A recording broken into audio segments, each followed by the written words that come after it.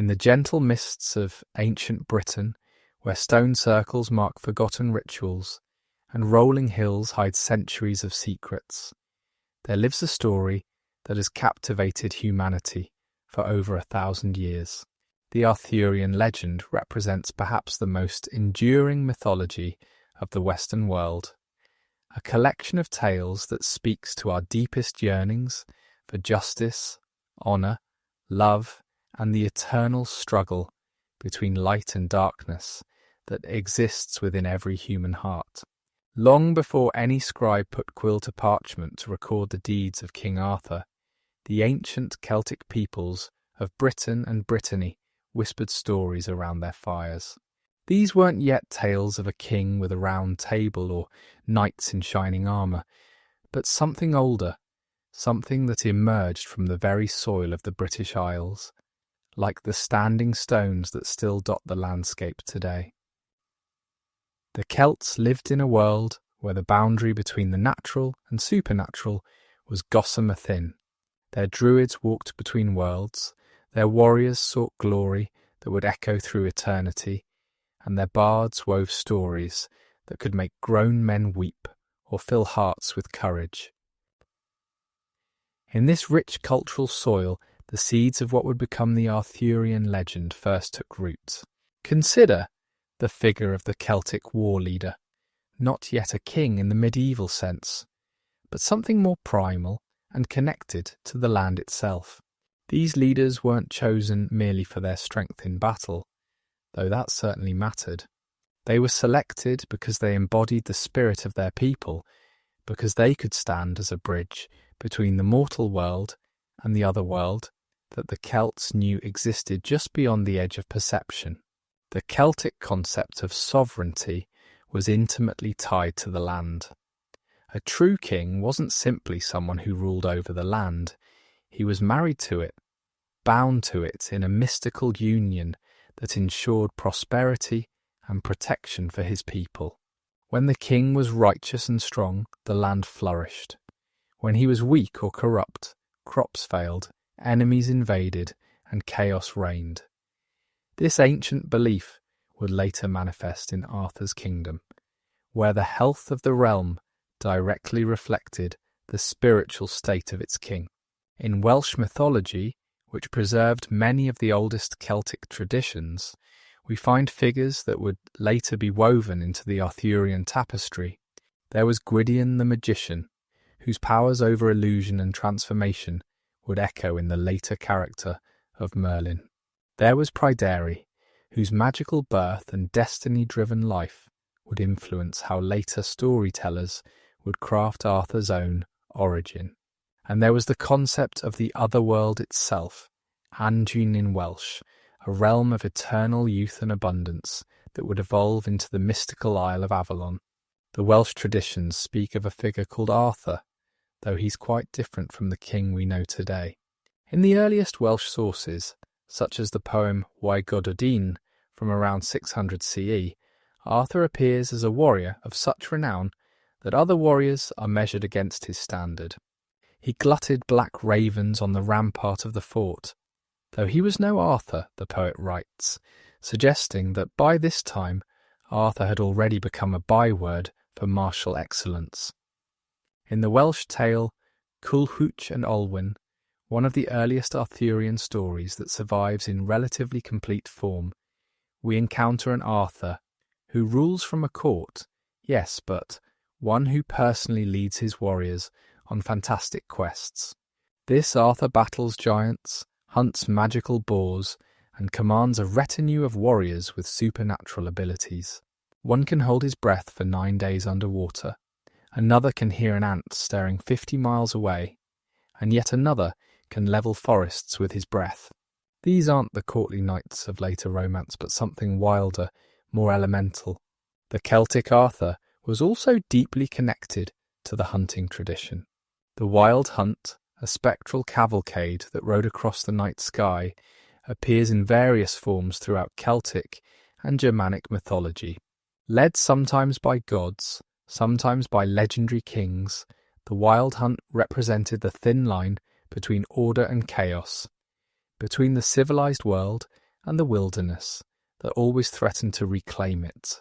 Arthur, in some traditions, leads this hunt, suggesting his role as a guardian between worlds. The importance of the head in Celtic culture also plays into early Arthurian elements. The Celts believed the head was the seat of the soul and had powerful magical properties. The Welsh tale of Bran the Blessed tells of a severed head that continues to speak and provide counsel for 87 years. This tradition would later influence the Arthurian story of the Green Knight, who picks up his own severed head and continues to speak, challenging the knights of Arthur's court. Water held special significance in Celtic belief, seen as a gateway to the otherworld. Lakes, springs, and rivers were sacred spaces where the divine touched the mortal world. The Celts made offerings to water spirits by casting precious objects into lakes and rivers. Swords, particularly, were often given to the waters, perhaps as payment for safe passage or in hope of divine favour. This practice illuminates the later story of Excalibur rising from and returning to the lake, wielded by the mysterious Lady of the Lake, who dwells beneath the waters. The Celtic feast hall, too, was more than just a place for eating and drinking. It was a sacred space where hierarchies were established and maintained, where bards sang the deeds of heroes into immortality, and where the bonds between a lord and his warriors were renewed through the sharing of food and drink. The layout of the hall, who sat where, who received which portion of meat, all of these carried deep significance. A warrior's place in the hall reflected his place in the cosmos. This tradition would evolve into Arthur's Round Table, though transformed into something more egalitarian, more aligned with later Christian ideals of brotherhood. The Geas, or magical prohibition, was another crucial Celtic concept that would profoundly influence Arthurian literature. A geas was both a source of power and a vulnerability. As long as a hero observed his geas, he remained invincible, but breaking it would lead to his doom. The Irish hero Cú Chulainn, for instance, had a geas never to refuse hospitality and another never to eat dog meat. When his enemies tricked him into a situation where he had to choose between breaking one geas or the other, his death became inevitable.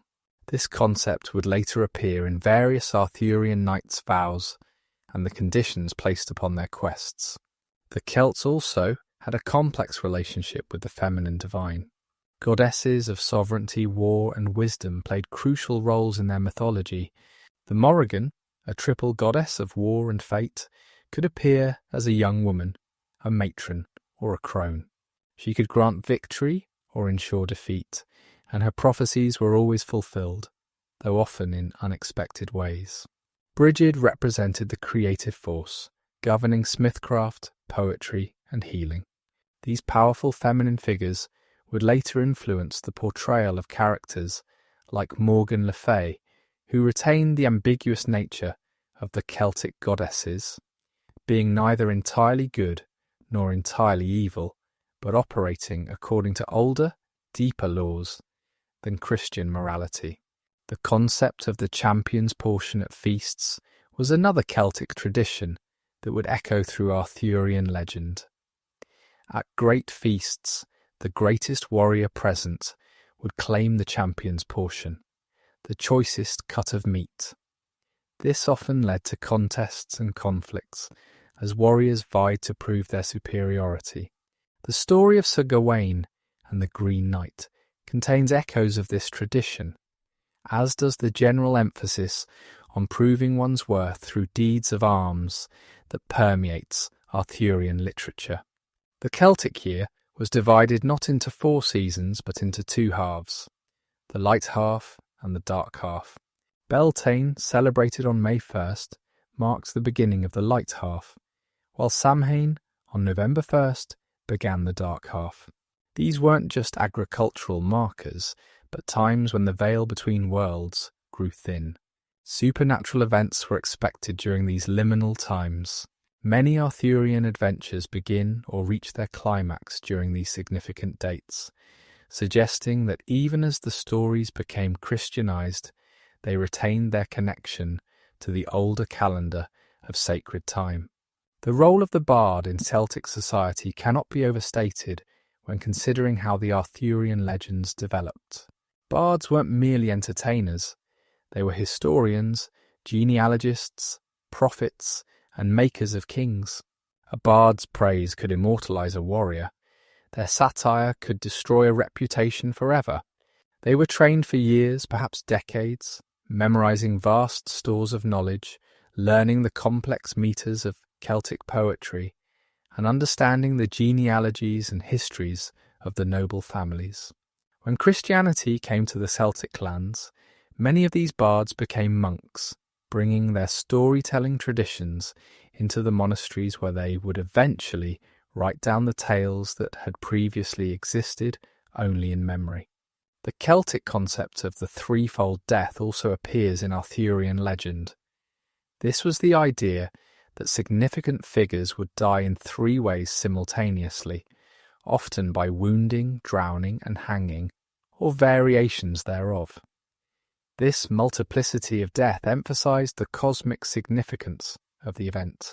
Merlin, in some versions of his death, experiences a threefold death, being imprisoned in a tree or rock, going mad, and disappearing from the world, each representing a different kind of death: physical, mental, and social. Trees held profound significance in Celtic spirituality. The Druids, whose name likely derives from the Celtic words for oaken knowledge, conducted their rituals in sacred groves. Each tree species had its own associations and powers. The oak represented strength and endurance, the yew transformation and rebirth, the apple tree the otherworld and immortality. The forest in Arthurian legend is never just a backdrop. It's a living presence, a place of testing and transformation where knights lose themselves to find themselves, where the normal rules of society don't apply. The Celtic warrior code emphasized personal honor, loyalty to one's lord, and the pursuit of glory that would outlive the warrior himself. Death in battle was not feared but sought, provided it came with honor. This warrior ethos would be transformed but not replaced by the Christian chivalric code. The Arthurian knight's quest for honor and fame, their willingness to face any danger for glory, their loyalty to their king even unto death, all these echo the older Celtic warrior tradition. Somewhere in the mists between the fall of Roman Britain and the full establishment of the Anglo-Saxon kingdoms, between history and legend, between the last gasps of classical civilization and the birth of medieval Europe, there may have lived a man whose deeds would echo through centuries. The search for the historical Arthur has consumed historians, archaeologists, and enthusiasts for generations, each hoping to find that one piece of evidence that would definitively prove that behind the legend stood a real man.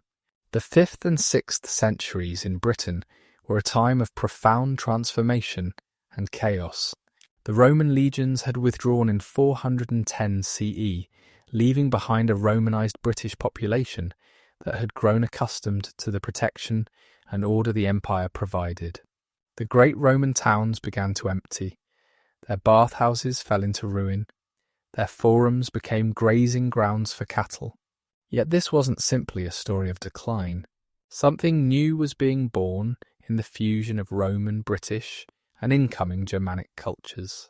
Into this vacuum of power came waves of Germanic peoples from across the North Sea. The Angles, Saxons, and Jutes didn't arrive as a unified invasion force, but rather as scattered groups of warriors, farmers, and families seeking new lands.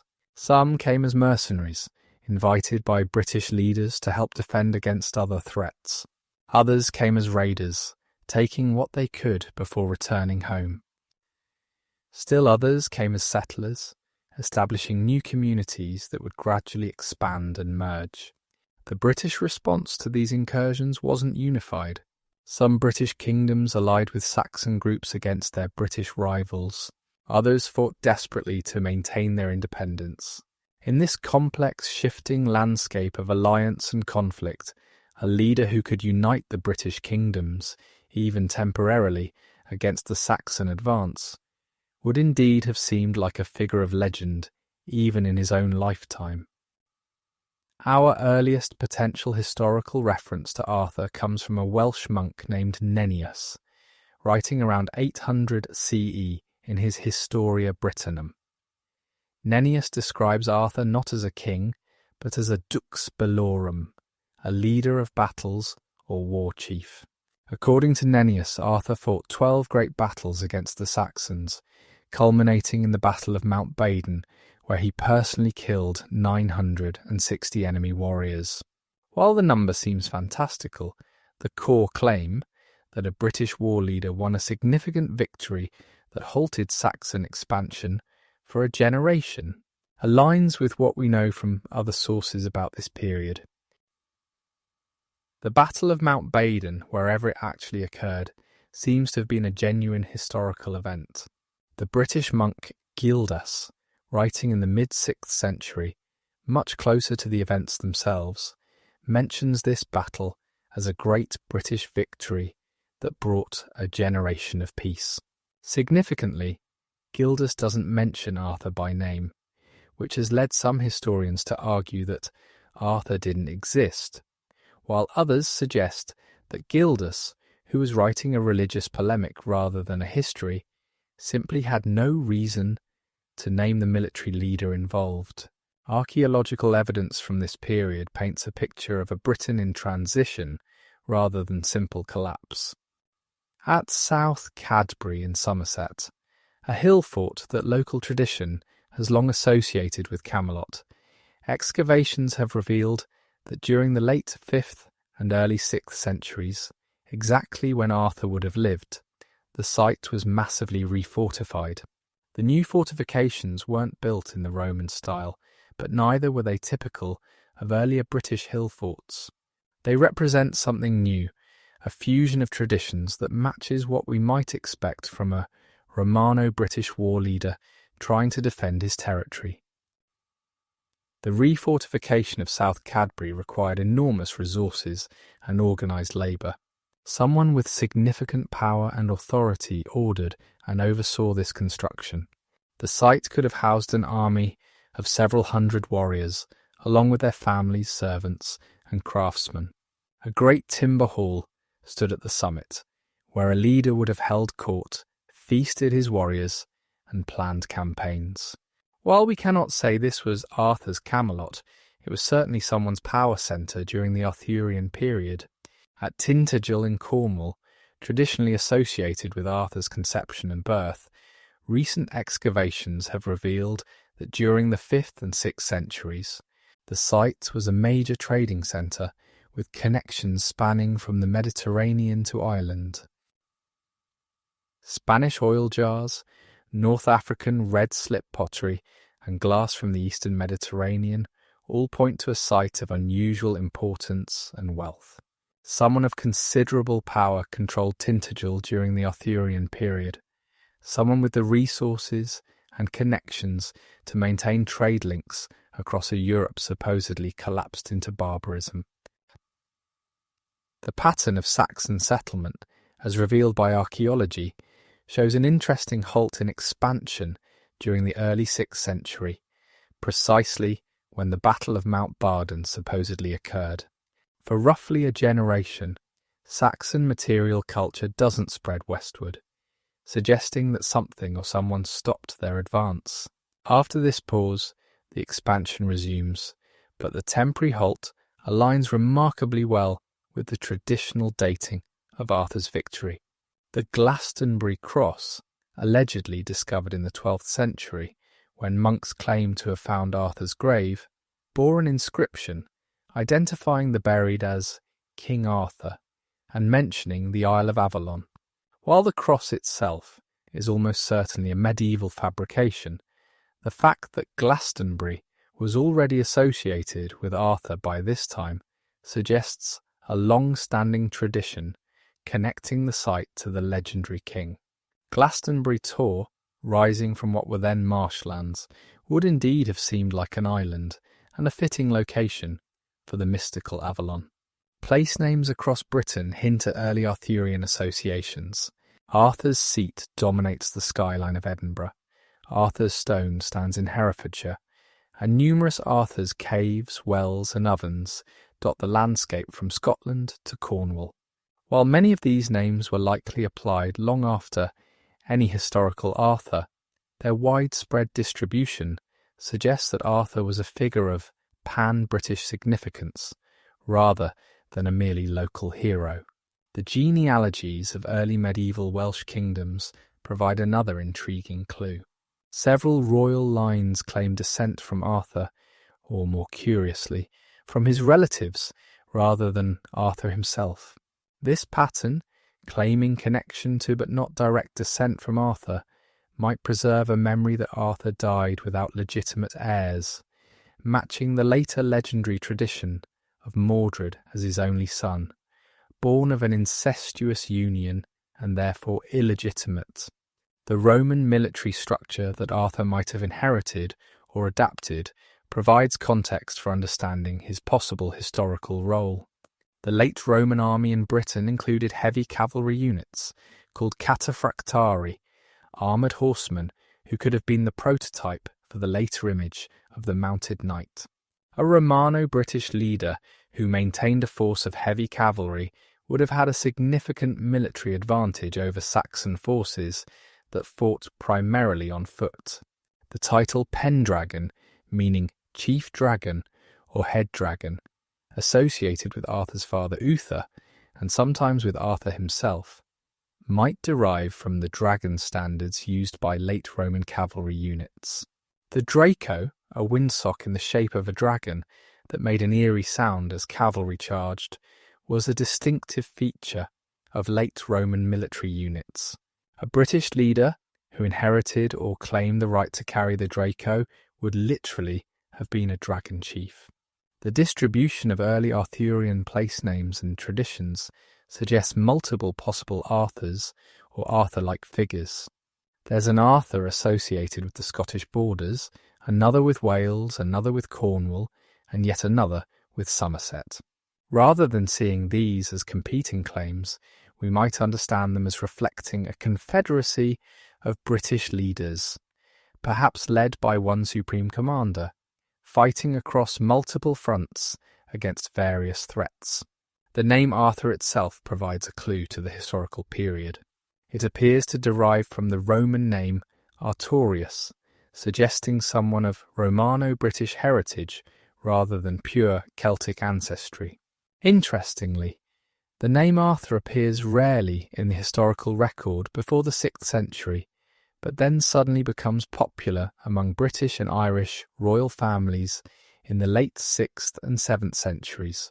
This pattern suggests that someone named Arthur achieved such fame in the early 6th century that subsequent generations named their children after him. The political structure of post-Roman Britain would have made someone like Arthur necessary. Without the overarching authority of Rome, Britain fragmented into numerous small kingdoms. These kingdoms needed to cooperate to face external threats but lacked any institutional framework for doing so. A war leader who could unite them temporarily, who could command respect across tribal and regional boundaries, would have filled a crucial role. This matches exactly what the legendary Arthur does, uniting the quarrelling kings of Britain under his leadership. The technology and tactics described in the earliest Arthurian sources fit the 5th and 6th centuries. References to shield walls, cavalry charges and siege warfare all match what we know of post-Roman British warfare. The emphasis on individual combat between champions, while romanticised in later versions, reflects genuine early medieval practice, where battles might be decided by single combat to avoid greater bloodshed. The religious situation of the period also matches Arthurian tradition. The historical Arthur would have lived during a time when Christianity was established but not universal in Britain. Pagan practices persisted, especially in rural areas, while the Irish were beginning their great missionary efforts to convert the Picts and Saxons.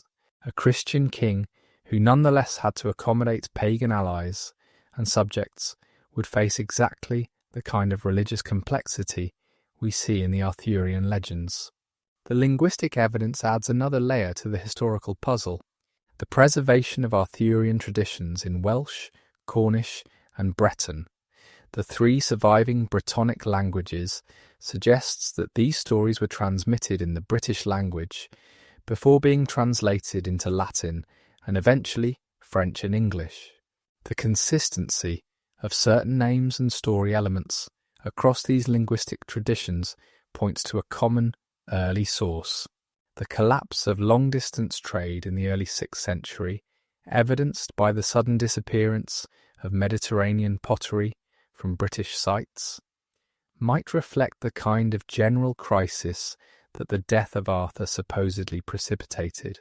If a historical Arthur had indeed maintained some semblance of order and security that enabled trade, his death could have led to the kind of chaos that would disrupt commercial networks. The Saxon genealogies, interestingly, make no mention of Arthur, which might seem to argue against his historical existence. However, if Arthur had indeed inflicted serious defeats on the Saxons, they would have had little reason to preserve his memory in their own traditions.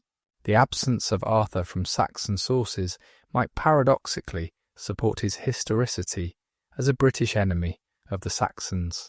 In the year 1136, in the scholarly quietude of Oxford, a Welsh cleric named Geoffrey of Monmouth completed a work that would transform a scattered collection of folk tales and half-remembered histories into one of the most influential narratives in Western literature. His Historia Regum Britannia, the history of the kings of Britain, didn't merely record the story of Arthur, it fundamentally created the Arthur we know today, transforming a shadowy war leader into a magnificent king whose empire stretched from Ireland to Rome itself. Geoffrey claimed to be translating an ancient book in the British tongue, a claim that has tantalised and frustrated historians ever since. No such book has ever been found, and most scholars believe Geoffrey invented this source to give his work an air of authority. Yet this supposed deception reveals something profound about the medieval understanding of truth and history. For Geoffrey and his contemporaries, the truth of a story lay not merely in its factual accuracy, but in its moral and spiritual significance. A story that should have been true, that revealed deeper truths about kingship, nobility, and divine providence, was in some sense truer than mere historical facts.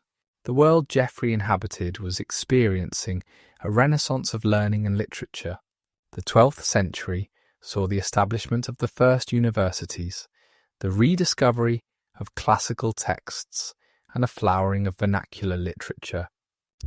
The Norman conquest of 1066 had brought French-speaking aristocrats to rule over English-speaking peasants and Welsh-speaking borderlands, creating a complex linguistic and cultural environment where stories crossed and recrossed linguistic boundaries, transforming with each translation.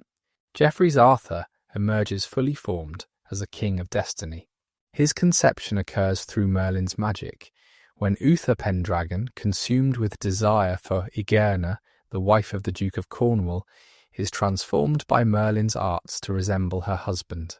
This magical conception marks Arthur from the very beginning as someone who exists between worlds, born of deception, yet destined for greatness, illegitimate, yet the true king. Geoffrey establishes a pattern that would resonate through all subsequent Arthurian literature, where appearance and reality, legitimacy and truth exist in constant tension.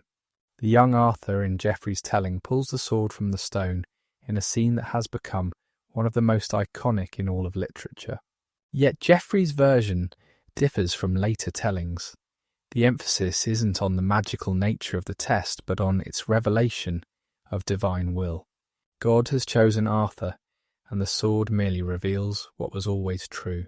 This theological dimension would become central to the Arthurian legend, the idea that true kingship comes not from blood or force, but from divine selection. Geoffrey's Arthur doesn't simply defend Britain against Saxon invaders, he conquers vast swaths of Europe. He defeats the Saxons so thoroughly that they cease to be a threat, then turns his attention to Ireland, Iceland, Norway, Denmark, and Gaul. This imperial Arthur, building an empire to rival Rome itself, reflected the ambitions of the Norman kings whom Geoffrey served.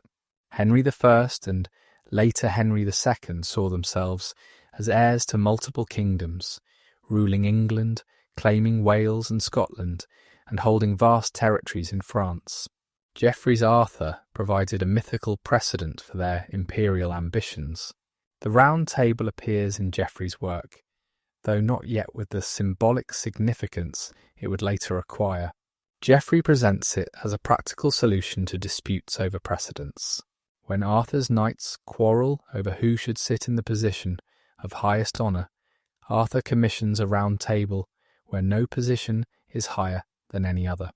This simple, elegant solution to the problem of hierarchy would later writers would transform into a symbol of Christian fellowship and equality. Geoffrey introduces the prophetic element that would become crucial to Arthurian literature through his treatment of Merlin. Before telling Arthur's story, Geoffrey had written the Prophetiae Merlini, the prophecies of Merlin, which he incorporated into his history. These prophecies, written in deliberately obscure language, could be interpreted to predict almost anything, making them endlessly useful for political purposes. Kings and rebels alike would cite Merlin's prophecies to justify their actions for centuries to come. The character of Merlin himself represents Geoffrey's genius for synthesis. He combines the Welsh prophetic figure of Merlin with the boy prophet Ambrosius from Nennius's earlier history, creating a composite character who spans centuries. Merlin engineers Arthur's conception, guides his early reign, and creates monuments that will outlast kingdoms. Yet Geoffrey also introduces the theme of Merlin's weakness for women, his eventual entrapment by his own student Nimue, establishing the pattern where even the wisest can be undone by love and desire. Geoffrey's Guinevere is a figure of beauty and nobility, descended from a noble Roman family, but already the seeds of her later tragedy are present. When Mordred rebels against Arthur, Guinevere doesn't resist his advances, though whether from fear, ambition, or desire, Geoffrey doesn't specify. Her eventual retreat to a nunnery establishes the pattern of repentance and redemption that would become central to her character. The geography of Geoffrey's Arthurian Britain is simultaneously precise and mythical. He names specific places like Caerleon, Winchester, and Bath, grounding his narrative in real locations that his readers could visit. Yet he also describes an idealized landscape where ancient monuments have clear meanings, where every significant location has a story, where the very land itself participates in the narrative. This blend of the real and the ideal would become a hallmark of Arthurian literature. Geoffrey's account of Arthur's continental campaigns reflects the political realities of the 12th century. Arthur's conflict with the Roman Emperor Lucius mirrors the ongoing tensions between secular rulers and the Church, between national kingdoms and claims of universal authority. When Arthur defies Rome's demand for tribute, asserting that Britain owes Rome nothing, Geoffrey provides a mythical charter for British independence and sovereignty. The betrayal by Mordred that forces Arthur to abandon his Roman campaign and return to Britain introduces the theme of internal betrayal that would become central to the Arthurian tragedy. Geoffrey makes Mordred Arthur's nephew, the son of his sister Anna, avoiding the incest theme that later writers would introduce. Yet the pattern is established where Arthur's greatest enemy comes from within his own family. his own court. The final battle at Camelot, where Arthur and Mordred kill each other, receives surprisingly brief treatment in Geoffrey's work. He seems less interested in the details of the battle than in its aftermath. Arthur, mortally wounded, is carried to the Isle of Avalon for the healing of his wounds. Geoffrey doesn't say Arthur died, leaving open the possibility of return that would captivate imaginations for centuries. This ambiguity about Arthur's fate, neither clearly dead nor clearly alive, waiting in Avalon for Britain's hour of greatest need, would become one of the most powerful aspects of the legend. Geoffrey's influence spread with remarkable speed. Within a generation, his history had been translated into French by Wace, who added the detail that the Round Table could seat 50 knights. Wace's Roman de Brute, in turn, influenced Layamon's Middle English brute, which expanded the story further, adding details like the elves who blessed Arthur at birth and the prophetic dream Arthur has before his final battle. The Norman aristocracy embraced Geoffrey's Arthur enthusiastically, perhaps because he provided them with a British hero who wasn't Saxon. The Normans, recent conquerors themselves, could identify with Arthur as a warrior king who built an empire through conquest, yet ruled with justice and magnificence. Arthur became a model for kingship that transcended ethnic boundaries.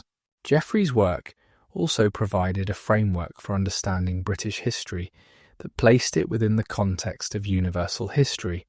He traces the British monarchy back to Brutus, a refugee from Troy, making the British the equals of the Romans, who claimed descent from Aeneas, another Trojan refugee.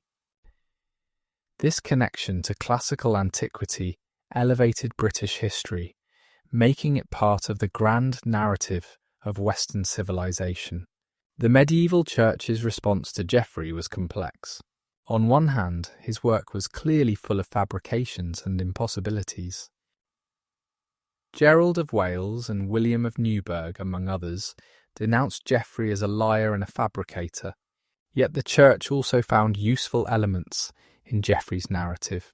Arthur was presented as a Christian king fighting pagans, a defender of the church who built churches and monasteries. The moral lessons embedded in the story about the dangers of pride, lust and betrayal aligned with Christian teaching. Geoffrey's treatment of prophecy and providence reflected medieval theological concerns. Events in his narrative are simultaneously the result of human choices and divine plan. Arthur chooses to fight the Saxons, yet his victory was prophesied. Mordred chooses to rebel, yet his rebellion was foreseen. This dual causation, where free will and predestination coexist, mirrors the complex theological debates of Geoffrey's time. The role of women in Geoffrey's narrative establishes patterns that would persist throughout Arthurian literature. Women are both powerful and dangerous, essential and marginal. They prophesy and scheme, inspire and betray. Morgan, Arthur's sister, trained in necromancy, represents the dangerous knowledge that exists at the margins of the Christian world. Guinevere represents beauty and nobility, but also weakness and betrayal. These complex, ambiguous female figures would become even more central in later romances. Geoffrey's Latin prose, while not elegant by classical standards, possesses a vigorous narrative drive that carries readers through battles, betrayals, and wonders with equal conviction. He doesn't pause for psychological analysis or moral commentary. The story itself carries the meaning. This narrative efficiency would influence how stories were told in the vernacular languages, contributing to the development of romance as a literary form. The very name Camelot conjures visions of soaring towers and fluttering pennants, of a place where nobility of spirit found physical expression in stone and timber, gold and silk. Yet Camelot as we know it didn't spring fully formed from Geoffrey of Monmouth's history. The great castle city that would become the centre of Arthurian geography emerged gradually through the work of French Romance writers, particularly Chrétien de Troyes, who first named it in the late 12th century. Before Camelot, Arthur held court at various locations. Geoffrey of Monmouth favoured Caerleon in Wales, with its Roman ruins suggesting ancient grandeur. The Welsh traditions spoke of Chellywig in Cornwall, while other sources mentioned Carlisle in the north or Winchester in the south. Each location carried its own significance, its own claim to be the true centre of Arthur's realm. The multiplication of courts suggested a peripatetic kingship, where the king travelled constantly through his realm, consuming the resources of each region in turn, displaying his power through his presence. But the Romance writers needed something more than a historical court. They needed a place that existed outside ordinary geography, a court that could be simultaneously in Britain and beyond it, accessible to any knight seeking adventure, yet hidden from those unworthy of finding it. Camelot answered this need perfectly. Its very name, appearing first in Chrétien's Lancelot, the Knight of the Cart, carries no etymological baggage, no connection to any real place that might limit its imaginative possibilities. Camelot rises from the landscape like a dream-made stone, its white towers catching the morning light, its gates always open to worthy knights seeking justice or adventure. The castle stands at the centre of a great city, for Camelot is not merely a fortress, but a civilization unto itself.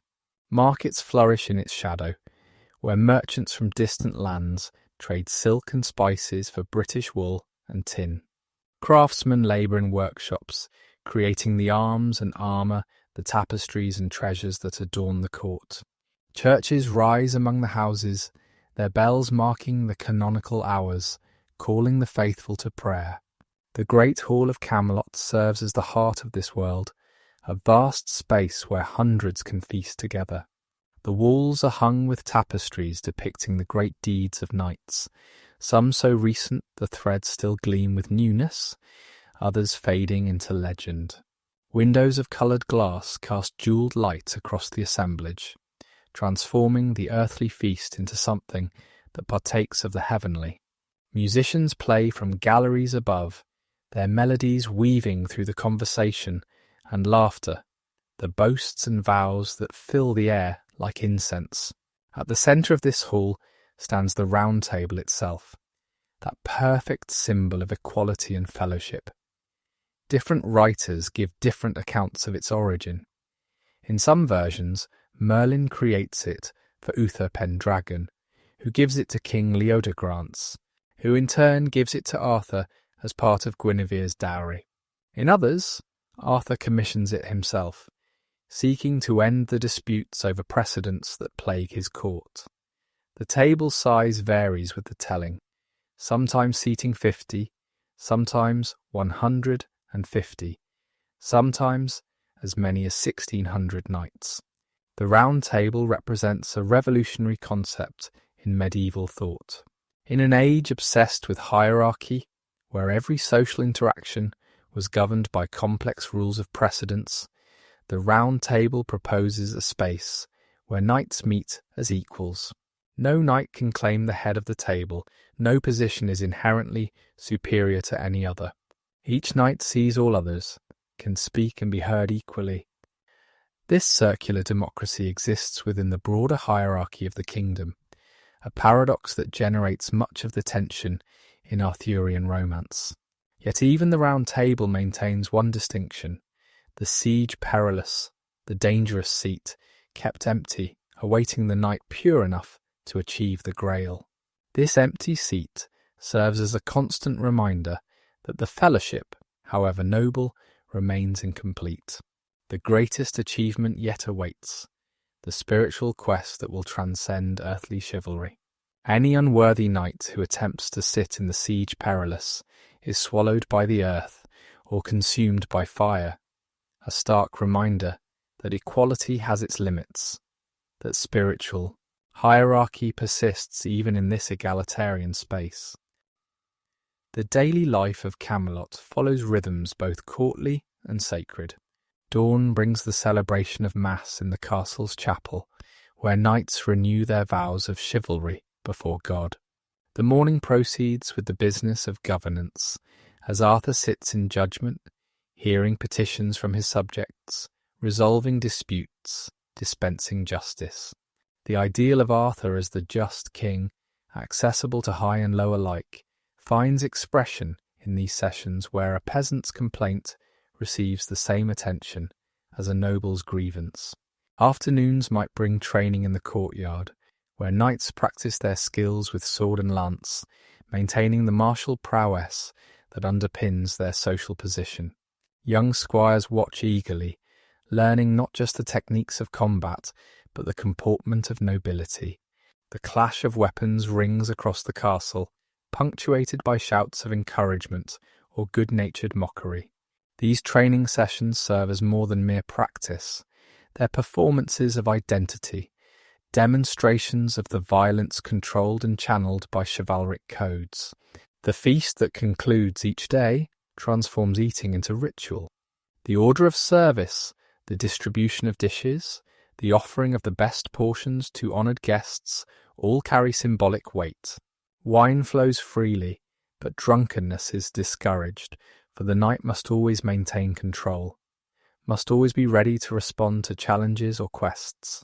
Between courses, minstrels sing of ancient heroes and recent adventures, weaving the deeds of the present company into the larger fabric of legend. The custom develops that Arthur will not eat at the great feasts until some adventure has presented itself, some marvel has occurred. This tradition ensures that Camelot remains always open to the marvellous, always expecting the intervention of the extraordinary into the ordinary. A knight might burst into the hall, bearing news of a maiden imprisoned by an evil knight. A mysterious damsel might appear, seeking a champion for an unnamed quest. Strange knights might arrive issuing challenges, their armour bearing no device, their names hidden until defeated or victorious. The architecture of Camelot itself participates in the symbolism of Arthur's reign. The castle's towers reach toward heaven, aspiring to transcend earthly limitations. Yet they're firmly rooted in earth, built of stone quarried from British soil. The walls that protect also enclose, creating a defined space where the ideals of chivalry can flourish, protected from the chaos and compromise of the wider world.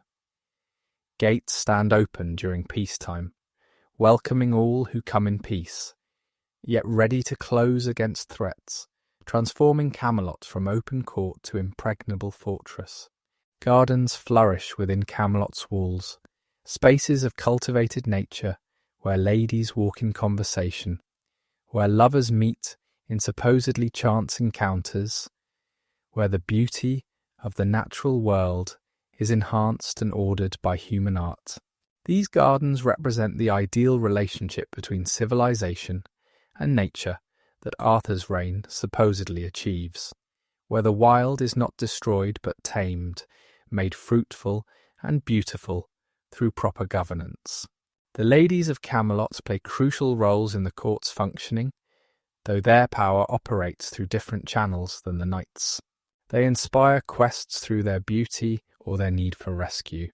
They bestow favours that knights carry into battle, silk scarves or sleeves that transform personal affection into public display. They serve as audiences for the performance of chivalry, their approval or disapproval shaping reputation as surely as victory or defeat in battle.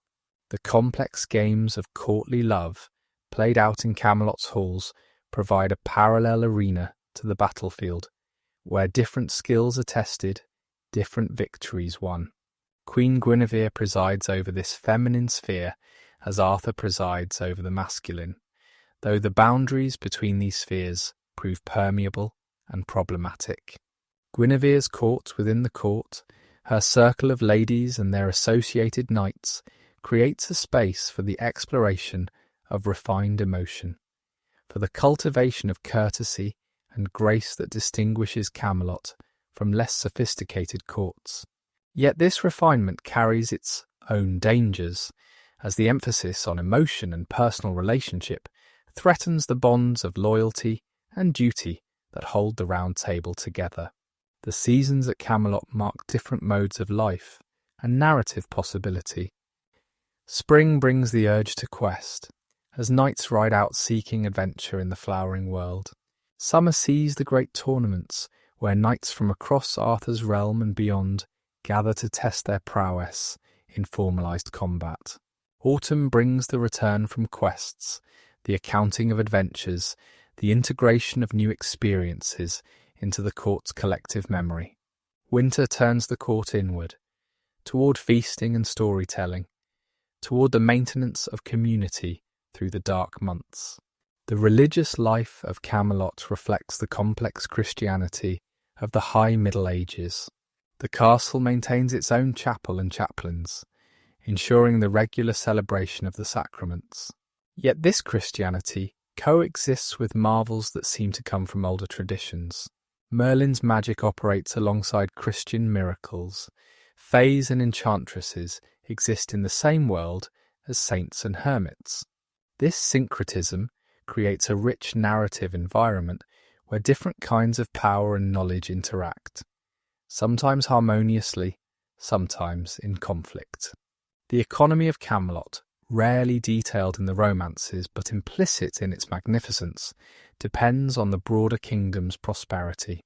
Taxes and tributes flow to the centre, supporting the luxury of the court.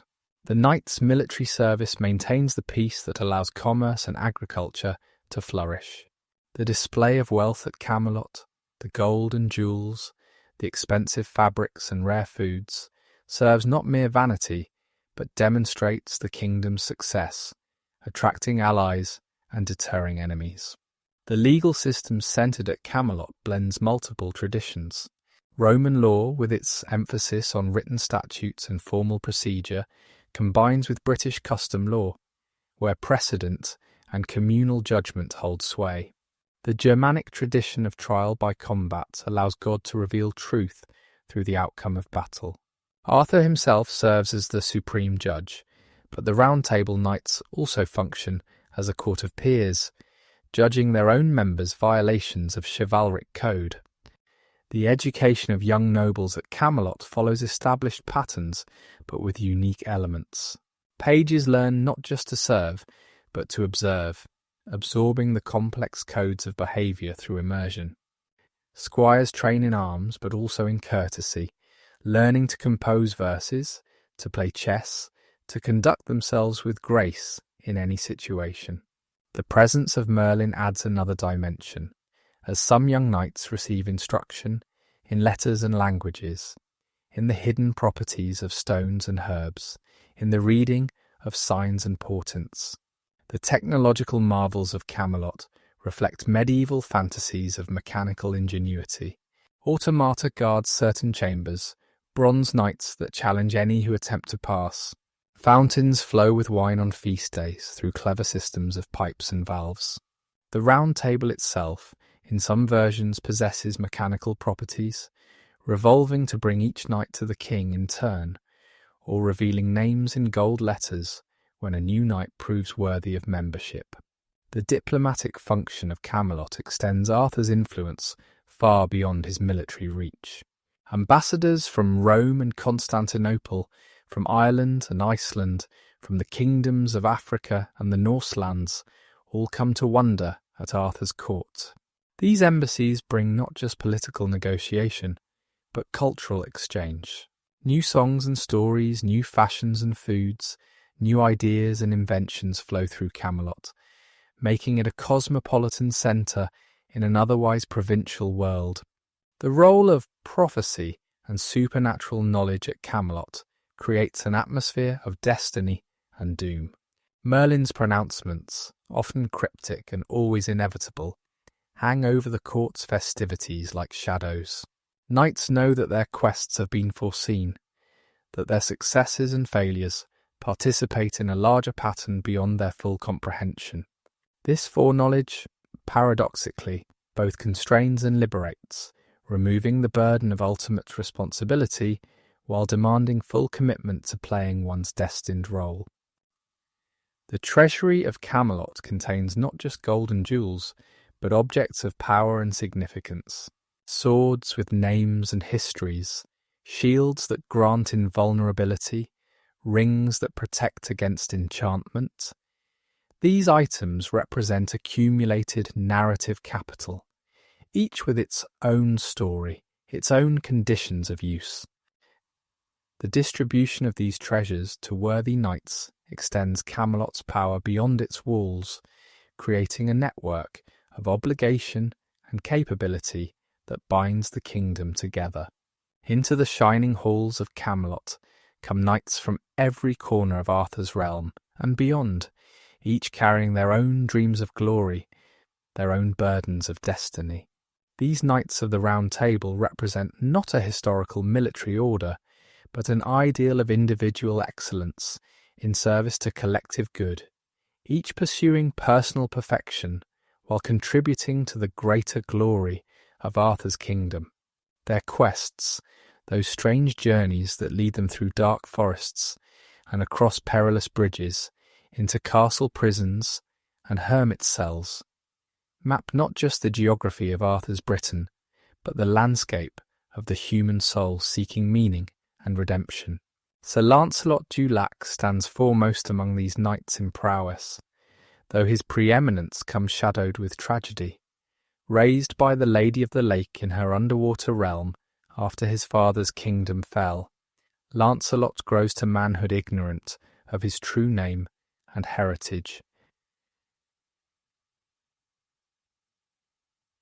Knowing himself only as the Queen's knight devoted to Guinevere from the moment he enters Camelot. His strength surpasses all others, his skill with weapons unmatched, yet these gifts become burdens when they serve a divided heart. The French romancers, particularly Chrétien de Troyes and the authors of the vast Vulgate cycle, developed Lancelot into a figure of profound psychological complexity. In adventure after adventure, he rescues maidens, defeats evil knights, breaks enchantments, rights wrongs, yet always with a distraction at his core. When he fights for Guinevere's honour, he achieves the impossible. When he forgets her, even momentarily, his strength fails. This dependence on illicit love for his prowess creates the central paradox of his character. Consider Lancelot's adventure in the cart, where he must choose between his reputation and his love. When Guinevere is abducted, Lancelot pursues without hesitation, but when his horse dies and a dwarf offers him a ride in a cart, a vehicle associated with criminals, he hesitates for 2 steps before climbing aboard. Those 2 steps of hesitation, placing his own honour briefly above Guinevere's need, earn her cold rejection when he finally achieves her rescue. The cart becomes a symbol of the humiliation love demands, the surrender of public dignity to private devotion. Sir Gawain, Arthur's nephew, represents a different model of knighthood. In the earlier traditions, particularly those preserved in English sources, Gawain stands as the paragon of courtesy and courage, the golden knight whose strength waxes and wanes with the sun. His courtesy extends beyond mere manners to represent a fundamental orientation toward others, a recognition of their dignity and worth. Yet the French romancers gradually darken his character, making him quick to anger, vengeful, lecherous, a knight whose earthly virtues cannot comprehend spiritual quests. The marvel of Gawain's strength, which triples at noon when the sun reaches its height, links him to solar mythology, to ancient gods of light and power. This supernatural element in his character suggests the persistence of pre-Christian traditions within the Arthurian world. Gawain doesn't simply possess great strength.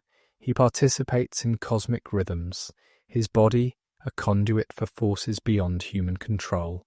This connection to natural cycles makes him powerful, but also predictable, his enemies learning to avoid him at midday, to attack when clouds cover the sun or as evening approaches.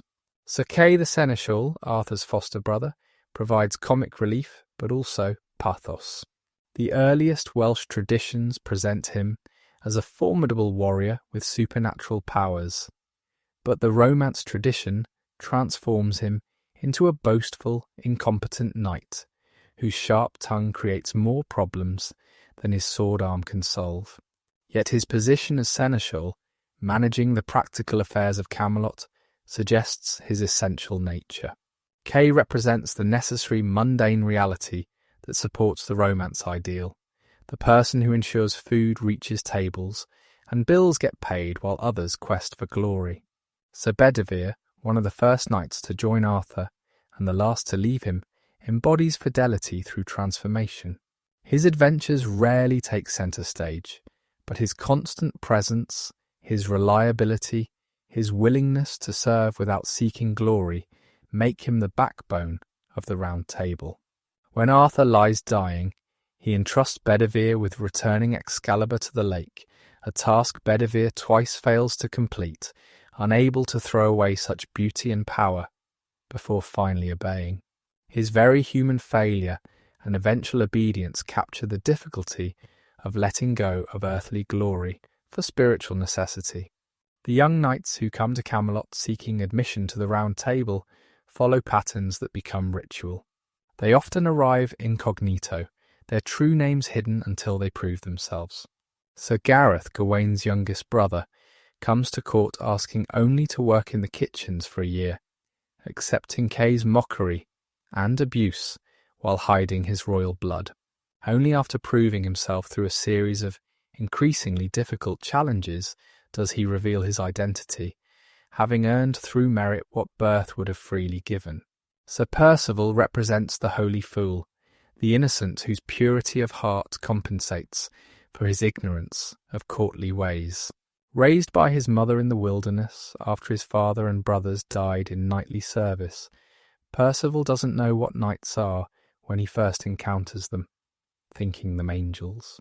His journey from comic bumpkin to Grail knight traces a spiritual education, learning that true knighthood transcends social codes to touch divine purpose.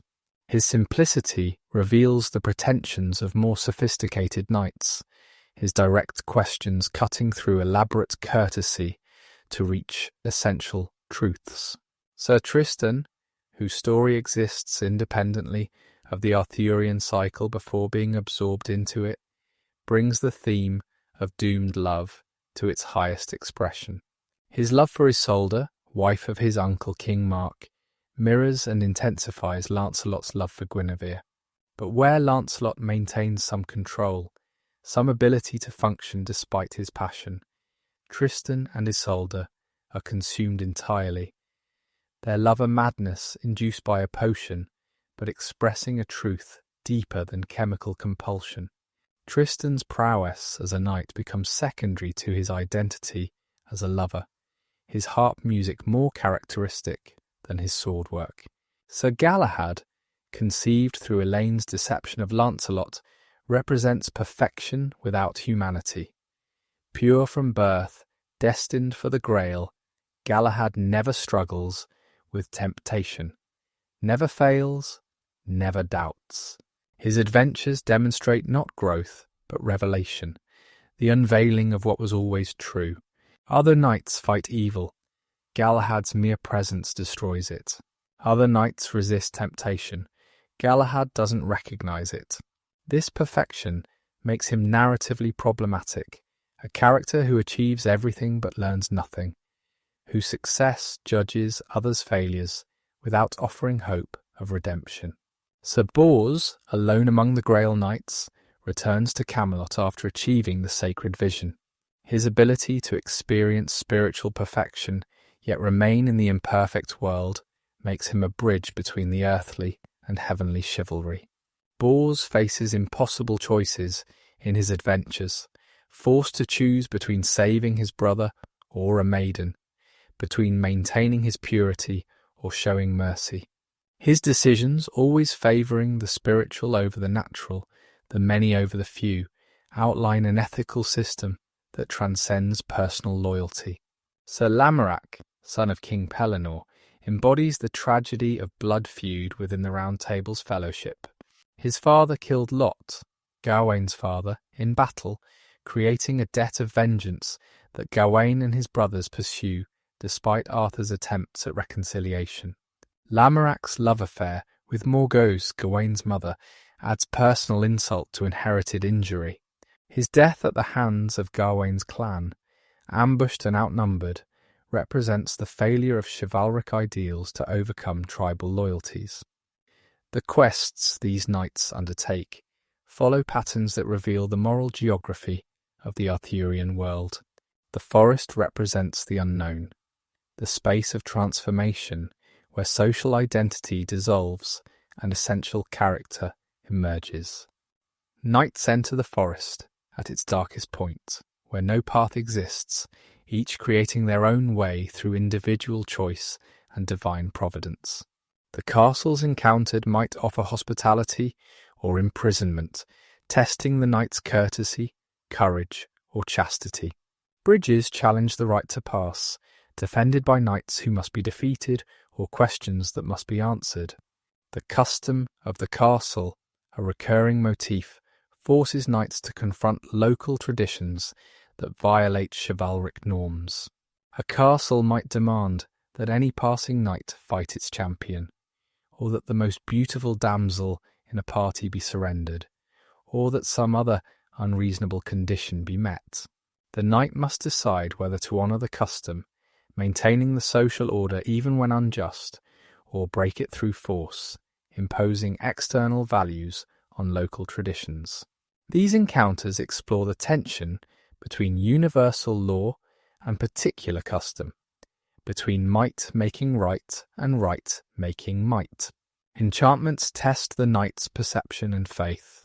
A castle might appear as a hovel, a crone as a maiden, a feast as garbage, challenging the knight to see past illusion to truth, or sometimes to accept illusion as its own truth. Morgan Le Fay's enchantments particularly target pride and lust, revealing the weaknesses that martial prowess cannot overcome. The Valley of No Return traps any knight who has been unfaithful to his lady, creating a prison of moral failure that no strength can break. The role of damsels in these quests extends beyond mere rescue objects. They serve as guides, leading knights to adventures suited to their particular needs, for growth or punishment. They test knights through requests that seem simple but prove complex, through beauty that distracts from duty, through weakness that demands protection. Some damsels are enchantresses in disguise, testing or teaching through deception. Others are exactly what they seem, their genuine need calling forth genuine heroism. Hermits populate the wilderness, offering spiritual counsel and physical healing to questing knights. These holy men, often former knights themselves, who have renounced worldly chivalry for spiritual warfare, interpret adventure's meanings, explaining the symbolic significance of what seems merely strange. They provide confession and absolution, allowing knights to continue quests that sin would otherwise doom. The hermit's cell becomes a space of transformation, where worldly identity can be shed and spiritual purpose discovered. Tournaments provide structured quests within the court's vicinity, allowing knights to prove prowess without lengthy journeys. These great gatherings, lasting days or weeks, combine martial display with social performance. Knights fight for their lady's honour, for prizes, for the sheer joy of combat. Yet tournaments also generate their own quests, as defeated knights might demand rematches, as love affairs begin in the pavilions, as enemies plot revenge for public humiliation. The quest for identity runs through many adventures. Knights raised in ignorance of their parentage, like Lancelot and Percival, must discover their true names and heritage. This search for identity isn't merely genealogical, but existential, learning not just who their parents were, but who they themselves are meant to be. The revelation of identity often comes at moments of crisis, when knowing one's true name provides the power to overcome otherwise insurmountable obstacles. When the Grail appears at Camelot, floating through the great hall covered in white samite, filling the air with heavenly fragrance and providing each knight with the food he most desires, it marks both the apex and the beginning of the end of Arthur's earthly kingdom. This vessel, whether cup or dish or stone, carrying the blood of Christ or possessing its own ineffable holiness, calls the knights away from worldly chivalry towards spiritual perfection, fracturing the Round Table's fellowship in pursuit of individual salvation. The Grail's origins in Arthurian literature blend Christian symbolism with older Celtic traditions of magical vessels of plenty. The Welsh poem The Spoils of Anniwn tells of Arthur's raid on the otherworld to steal a cauldron that would not cook food for cowards, a vessel that could distinguish the worthy from the unworthy. Irish mythology speaks of the Dagda's cauldron that never emptied, of cups that provided whatever drink the drinker desired. These pagan vessels of plenty and discrimination transform through Christian interpretation into the cup of the Last Supper, the vessel that caught Christ's blood at the crucifixion. Robert de Boron, writing around the turn of the 13th century, provides the Grail with a detailed Christian history. Joseph of Arimathea, who provided the tomb for Christ's body, preserves the cup from the Last Supper and uses it to catch the blood flowing from Christ's wounds. Imprisoned by the Jews, Joseph is sustained for 40 years by the Grail alone, neither eating nor drinking, yet remaining healthy. Released by the Emperor Vespasian, Joseph travels west, eventually bringing the Grail to Britain, to the Vale of Avalon, where it remains hidden, awaiting the worthy knight who can achieve it. The Fisher King, guardian of the Grail, suffers from a wound that will not heal, struck through the thighs or groin, rendering him impotent. His wound reflects the state of his kingdom, the wasteland where crops fail, where rivers run dry, where the very fertility of the earth depends upon the king's healing. The Fisher King can find relief only in fishing, sitting by the water in a boat, suspended between life and death, between water and air, waiting for the chosen knight who will ask the right question or perform the right action to heal both king and land.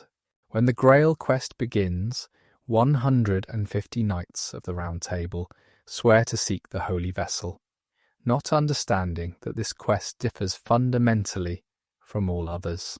Gawain swears first, his oath compelling others to follow, though Arthur weeps, knowing that the fellowship of the Round Table is broken forever. The knights depart separately, each entering the forest where it seems darkest to him.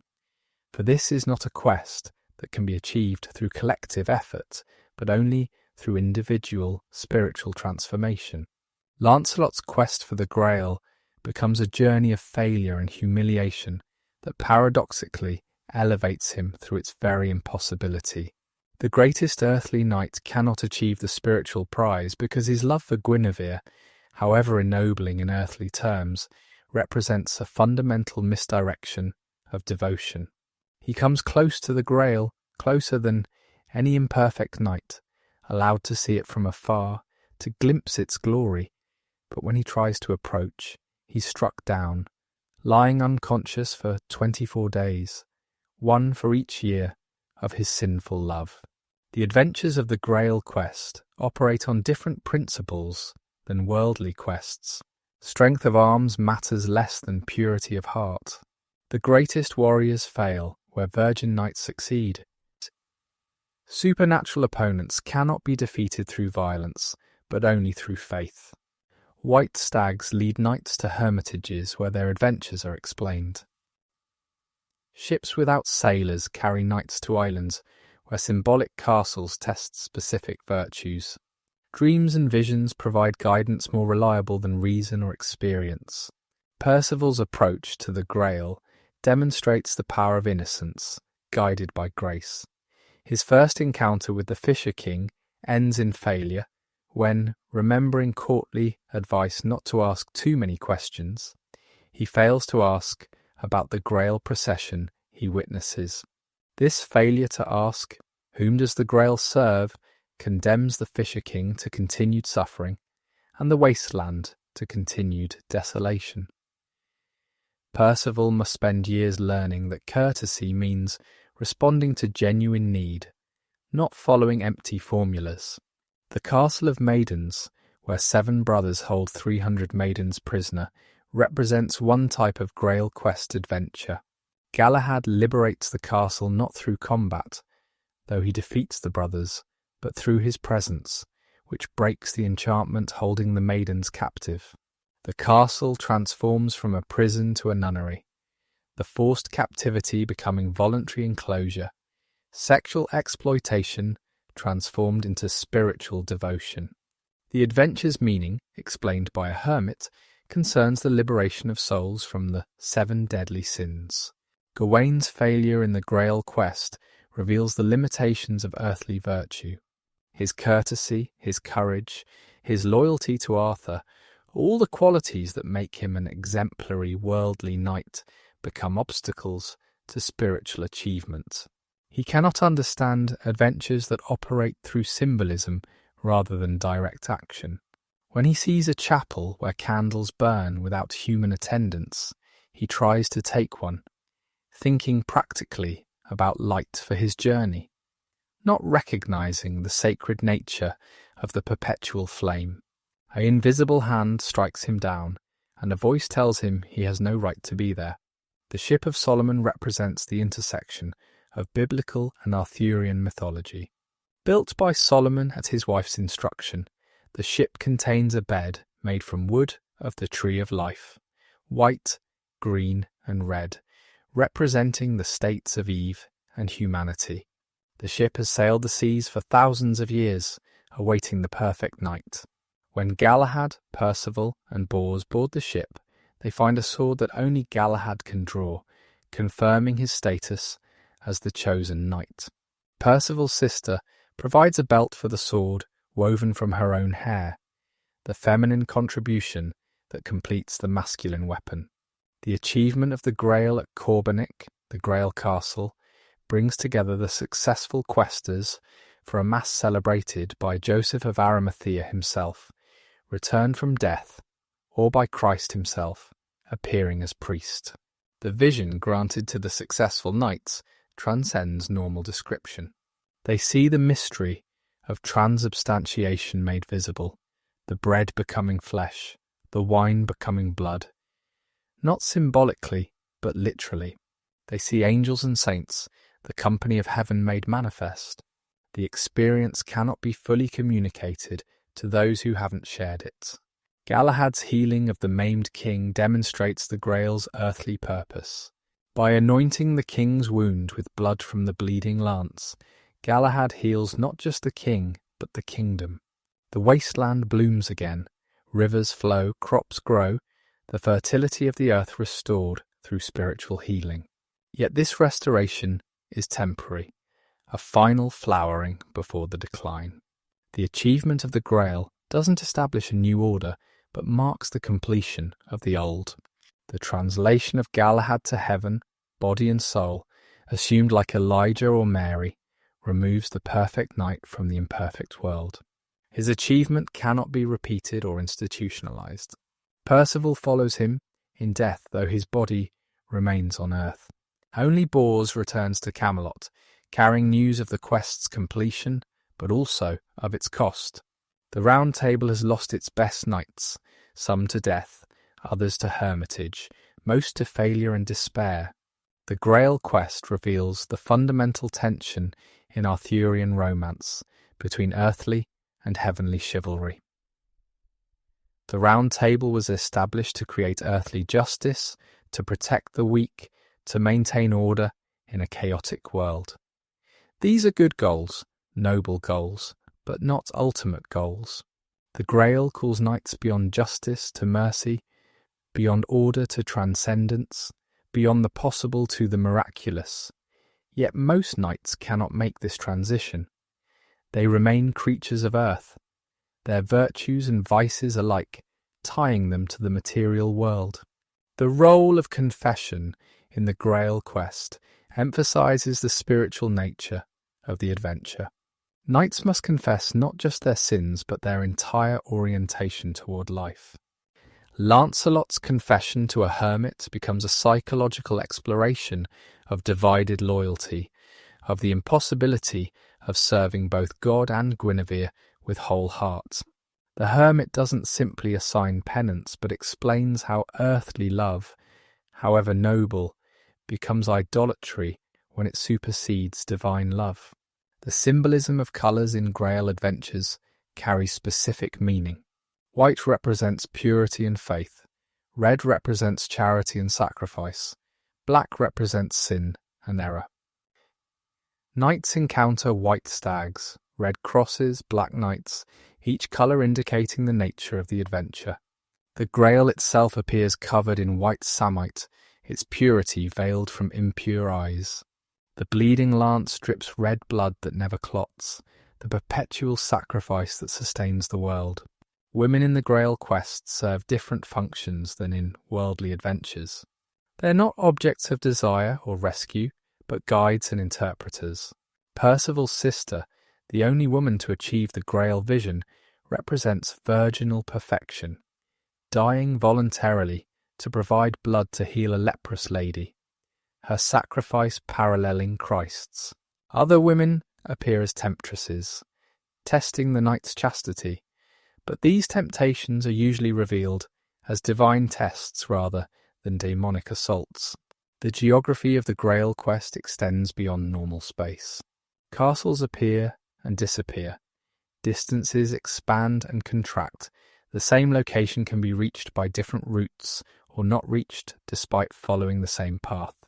This fluid geography represents the spiritual nature of the quest, where internal state determines external experience. The pure knight finds direct paths to sacred sites. The sinful knight wanders in circles, unable to reach what might be physically near. The multiplication of grails, in different versions of the story, suggests the difficulty of containing transcendent meaning in material symbols. Is the Grail the cup of the Last Supper, the dish of the Paschal Lamb, the vessel that caught Christ's blood, the philosopher's stone, the beatific vision itself? Different writers provide different answers, each true within its own symbolic system. The Grail becomes a symbol of symbolism itself, the human attempt to give form to the formless, to contain the infinite in the finite. Love in Camelot carries within it the seeds of the kingdom's destruction. For the very refinement of feeling that elevates Arthur's court above barbarism also introduces complexities that the simple bonds of loyalty cannot contain. The love triangle of Arthur, Guinevere and Lancelot forms the tragic heart of the Arthurian legend, but it is far from the only romantic complication that fractures the fellowship of the Round Table. These loves, adulterous and pure, requited and hopeless, weave through the narrative like golden threads that gradually tighten into nooses.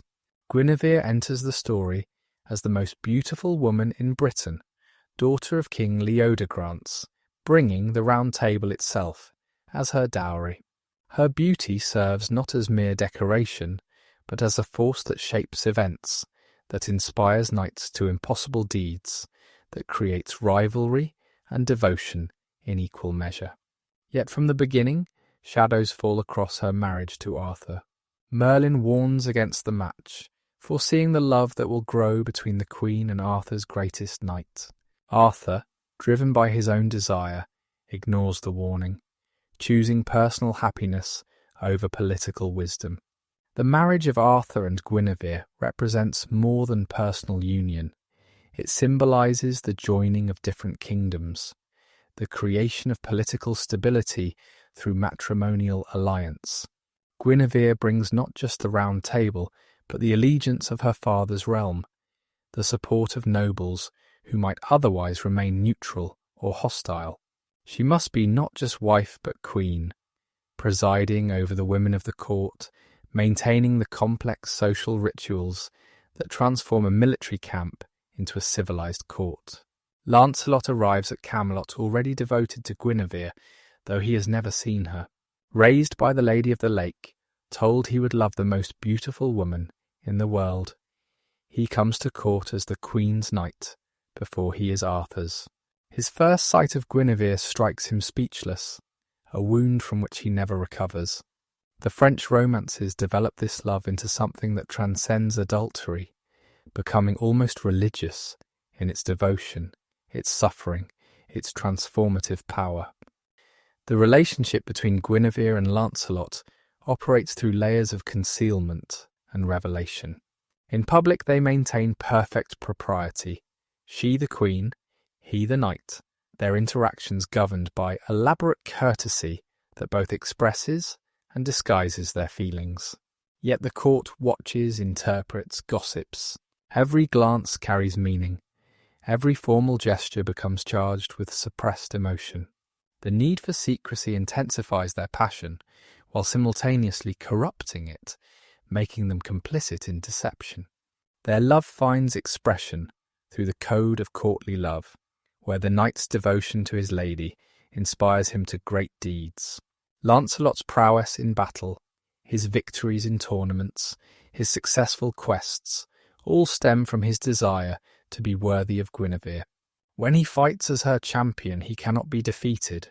When he wears her token, he becomes invincible.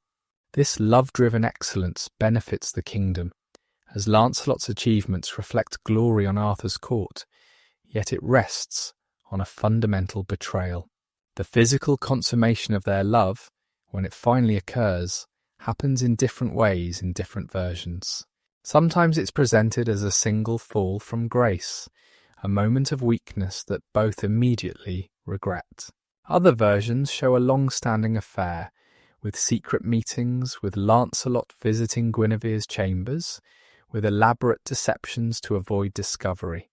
The variations reflect different moral perspectives, different ideas about the nature of sin and redemption, different understandings of human weakness and divine judgments. Arthur's knowledge or ignorance of the affair remains ambiguous in many versions. Does he know and choose to ignore it, valuing Lancelot's service and Guinevere's dignity above strict justice? Is he genuinely blind, unable to see what everyone else perceives? Or does he exist in a state of willful ignorance, knowing but not knowing, maintaining plausible deniability to preserve both his kingdom and his personal relationships? His position becomes increasingly untenable as the affair becomes more obvious, forcing him to choose between justice and mercy, between law and love. The exposure of the affair comes through different agents in different versions. Gawain, Gawain's brother, motivated by jealousy and hatred of Lancelot, orchestrates the lovers' discovery. Morgan Le Fay, Arthur's half-sister, uses magic to reveal the truth, sending Arthur a shield depicting Lancelot and Guinevere's adultery. Mordred, Arthur's son-nephew, uses the scandal to advance his own claim to the throne. Each revelation reflects different themes: family betrayal, magical intervention, political ambition. The trial of Guinevere for adultery and treason transforms personal tragedy into public spectacle. As queen, her adultery constitutes treason against the king, punishable by burning.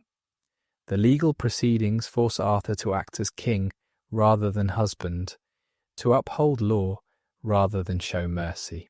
The Round Table divides, some supporting the Queen's execution as justice, others arguing for mercy.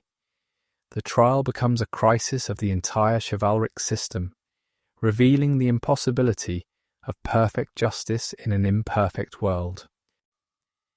Lancelot's rescue of Guinevere from the stake represents both the triumph and failure of individual heroism.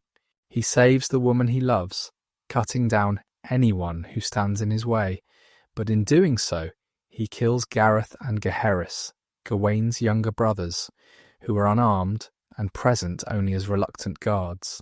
This slaughter of innocents transforms Gawain from Lancelot's friend to his implacable enemy, beginning the cycle of vengeance that will destroy the Round Table. The war between Arthur and Lancelot that follows represents civil war at its most tragic. Former brothers in arms face each other across battlefields, personal loyalty conflicts with feudal obligation, love and duty tear knights apart. Lancelot, even in rebellion, cannot bring himself to harm Arthur, repeatedly sparing him in battle. Arthur, bound by law and Gawain's demand for vengeance, must pursue a war he doesn't want against the friend he still loves. Other love triangles echo and amplify the central tragedy. Tristan, Mark and Isolde present an even more intense version, where the love potion removes the element of choice, making their love both more forgivable and more hopeless. Tristan serves his uncle Mark faithfully in all things except this one, winning Isolde as Mark's bride, only to fall in love with her himself. Their love, unlike Lancelot and Guinevere's gradual development, strikes instantly and irrevocably through magical means, raising questions about free will and moral responsibility that resonate through the entire Arthurian world. The story of Peleus and Ettarde demonstrates how unrequited love can destroy even the noblest knight. Peleus, young and idealistic, falls desperately in love with Ettarde, who despises him despite his devotion. He allows her knights to defeat and humiliate him repeatedly, hoping to win her through persistence. When Gawain promises to help him win Ettarde's love, but instead seduces her himself, Peleus nearly dies of grief. Only the intervention of the Lady of the Lake, Nimue, who enchants him to forget Ettarde and love her instead, saves him from death by heartbreak. Morgan Le Fay's complex relationship with various knights, and with Arthur himself, adds darker dimensions to the theme of love and betrayal. Her hatred for Arthur stems partly from his father's killing of her father, partly from Merlin's role in that deception, but also from a twisted love that cannot find proper expression. She seduces knights to turn them against Arthur, uses her beauty as a weapon, transforms love into a tool of destruction. Her valley of no return traps unfaithful lovers, yet she herself embodies infidelity in its most destructive form. The tragedy of Elaine of Corbenic, who loves Lancelot with a pure and holy love, shows how even virtuous love can lead to deception and sorrow. Through enchantment, she takes Guinevere's appearance and conceives Galahad with Lancelot, who believes he lies with the Queen. When the deception is revealed, Lancelot's rage and disgust drive him to madness. Elaine's love, though it produces the perfect knight who will achieve the Grail, brings her only suffering and early death. Another Elaine, the fair maid of Astolat, dies of unrequited love for Lancelot in one of the legend's most poignant episodes. Young, innocent and beautiful, she falls in love with Lancelot when he stays at her father's castle. She tends his wounds, treasures his shield, dreams of a future together. But Lancelot, bound to Guinevere, cannot return her love. Elaine's death from heartbreak, her body floating down the river to Camelot in a black barge, holding a letter explaining her fate, creates a public spectacle of the destructive power of hopeless love. The marriage of Gareth to Lyonesse shows that not all love in Camelot ends in tragedy, yet even this happy union carries shadows. Gareth must prove himself worthy through a series of increasingly difficult challenges, fighting knights of different colours, each representing different aspects of his character being tested. His love for Lyonesse motivates his transformation from kitchen boy to knight. Yet his death at Lancelot's hands while defending Guinevere makes Lyonesse a widow, her happiness destroyed by the greater tragedy engulfing Camelot. Gawain's numerous romantic entanglements present a different model of love, one based on conquest rather than devotion. He seduces and abandons women throughout his adventures, leaving a trail of broken hearts and fatherless children. His casual approach to love contrasts sharply with Lancelot's obsessive devotion, yet both ultimately prove destructive. Gawain's treatment of women reflects a fundamental disrespect that extends to his treatment of opponents, and eventually to his pursuit of vengeance against Lancelot. The role of enchantment in creating and destroying love relationships reveals the Arthurian world's ambivalence about the nature of love itself. Is love a form of enchantment, robbing people of free will? Or is enchantment a metaphor for love's irrational power? The love potions, shape-shifting, and illusions that pervade these stories suggest that love itself is a kind of magic, transforming perception, altering behaviour, creating realities that exist only for the lovers themselves. Mordred's desire for Guinevere adds an Oedipal dimension to the web of betrayals. As Arthur's son through incest with his half-sister, Mordred represents the corruption at the heart of Camelot from its very beginning. His attempt to marry Guinevere when Arthur is believed dead overseas combines political ambition with personal desire, seeking to possess not just Arthur's throne, but his wife, to replace his father completely. Guinevere's ambiguous response, whether she genuinely considers the marriage or merely pretends to avoid worse fate, adds another layer of complexity to her character. The theme of beauty as both blessing and curse runs through all these love stories. Guinevere's beauty causes wars, Isolde's beauty justifies betrayal, Elaine's beauty cannot win the love she desires. Beauty in the Arthurian world is never neutral. It's a force that compels response, that creates obligation, that disrupts social order. The beautiful woman becomes responsible for the actions her beauty inspires, even when she neither seeks nor encourages those actions. The concept of worship from afar, central to courtly love ideology, creates its own form of betrayal. Knights who dedicate themselves to ladies they can never possess abandon the possibility of legitimate love and family. Their devotion, while ennobling in literary terms, represents a rejection of social responsibility, of the duty to marry and produce heirs. This sterile love, producing poetry rather than children, quests rather than stability, contributes to the kingdom's ultimate failure to perpetuate itself. The secret nature of illicit love creates a parallel court within Camelot, a shadow world of hidden meetings, coded messages, and trusted intermediaries. This secret court has its own rules, its own loyalties that supersede public obligations. Knights who would never betray Arthur in battle help arrange his cuckolding. Ladies who publicly uphold virtue privately enable adultery. This doubling of reality, where public and private truth diverge completely, corrupts the very foundation of Arthurian justice, which depends on truth being singular and discoverable. The jealousy that love breeds proves as destructive as the love itself. Mark's jealousy of Tristan transforms a noble king into a tyrant and murderer. Gawain's jealousy of Lancelot's prowess and favour makes him eager to believe the worst. Kay's jealousy of younger, more successful knights makes him bitter and cruel. Even Arthur's possible jealousy, whether of Lancelot's youth and strength, or of his emotional connection with Guinevere, influences his responses to the crisis.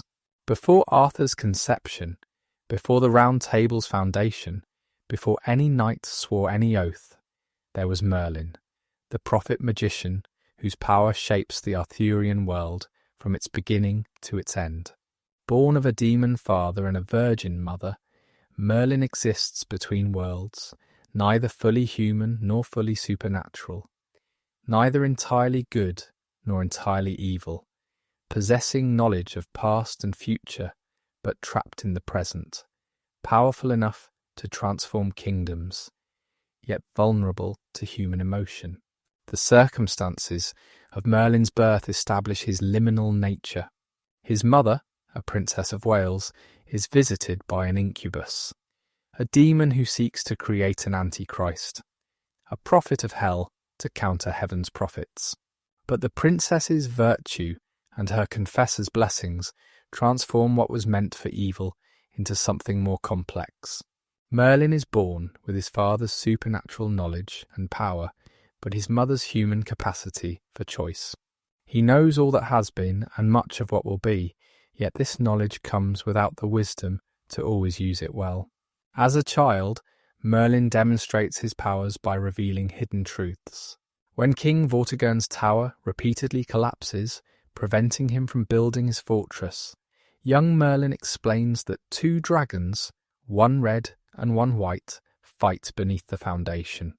The red dragon represents the British, the white the Saxons, their eternal conflict preventing any lasting construction above them.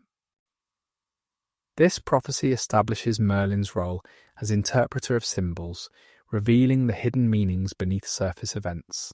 Merlin's prophecies, deliberately obscure and multivalent, shape political action for centuries. Kings and usurpers alike cite his words to justify their actions, finding in his ambiguous verses support for contradictory claims.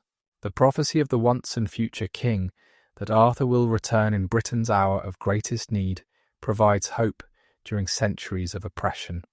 The prophecy of the Boar of Cornwall, interpreted variously as referring to Arthur, to later kings, or to future heroes, demonstrates how prophecy operates as political tool rather than simple prediction. The creation of Stonehenge represents Merlin's power over the physical world.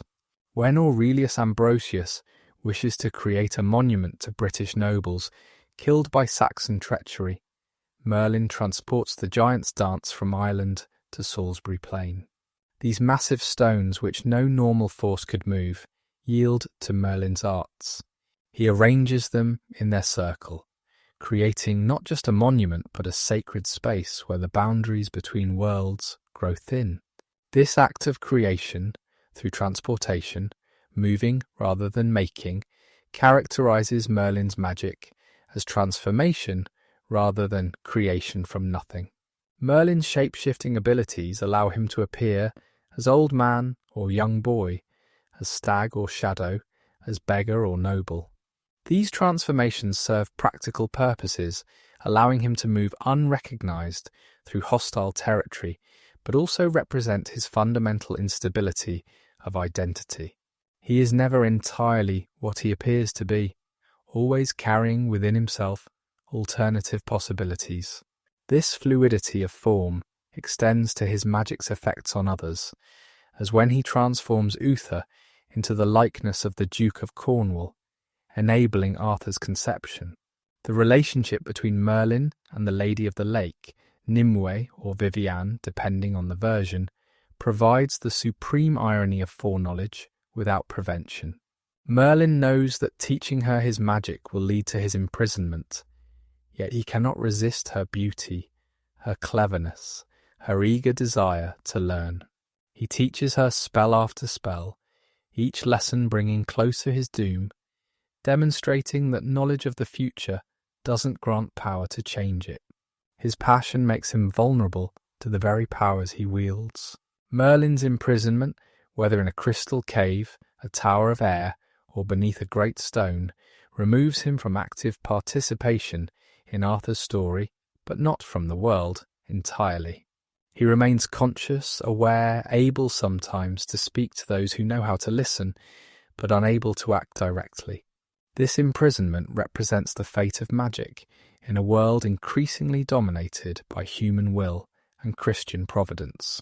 The old powers don't die but become constrained, limited, reduced to whispers and dreams. The magic items Merlin creates or procures for Arthur establish the king's legitimacy and power.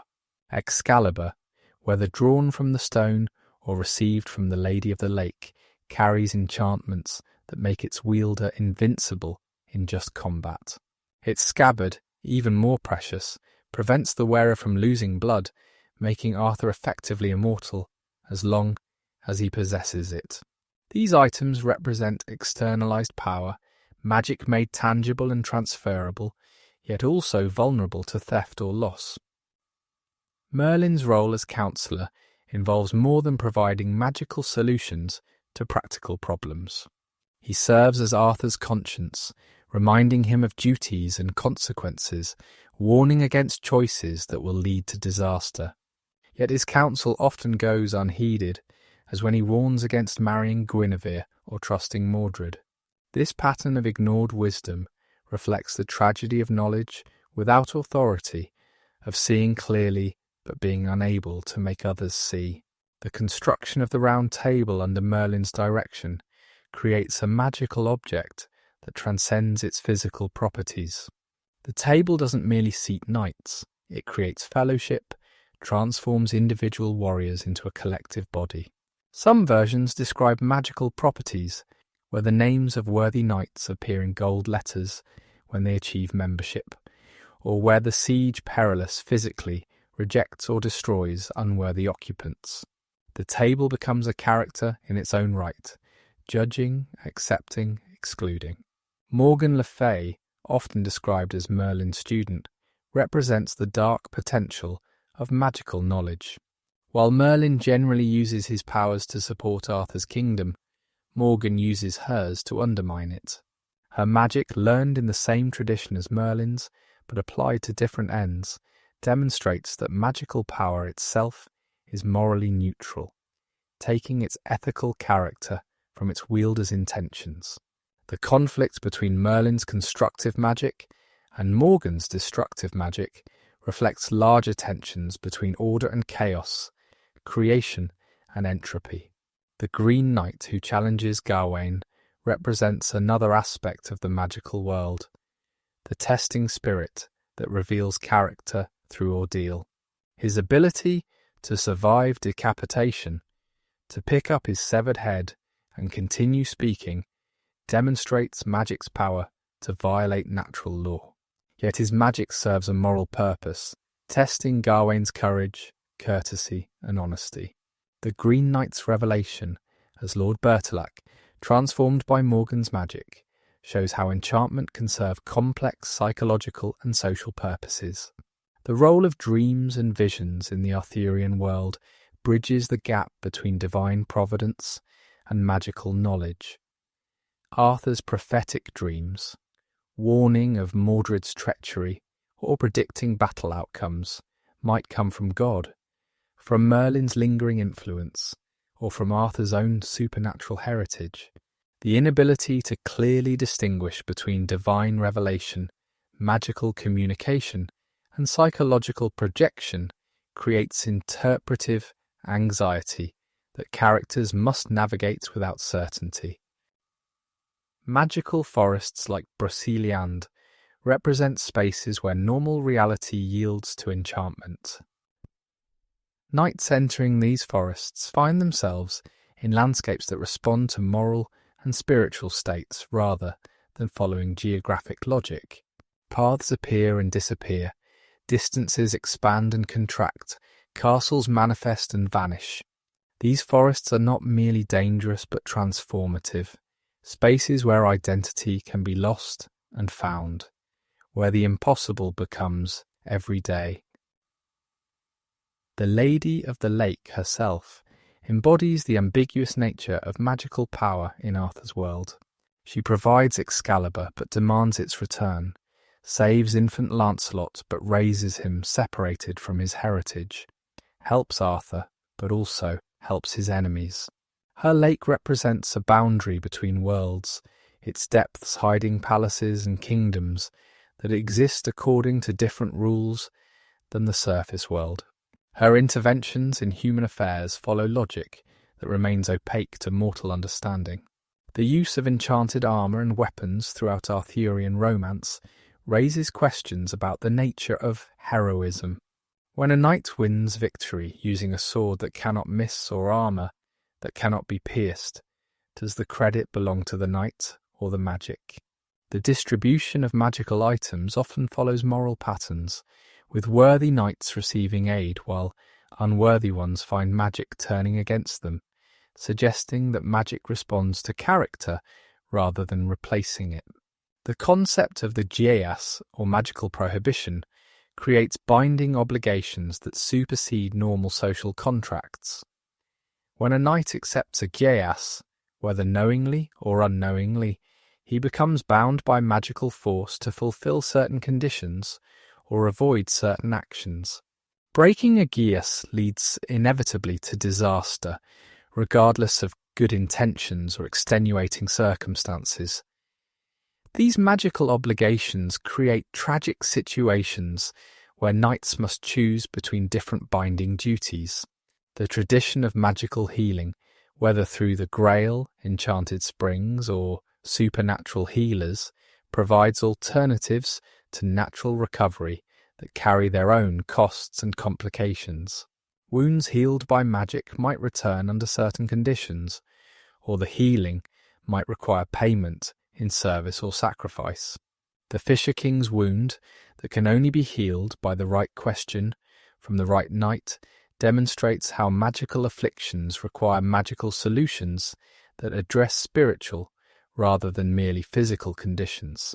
The enemies that threaten Arthur's kingdom come not merely from beyond its borders, but from within its very heart.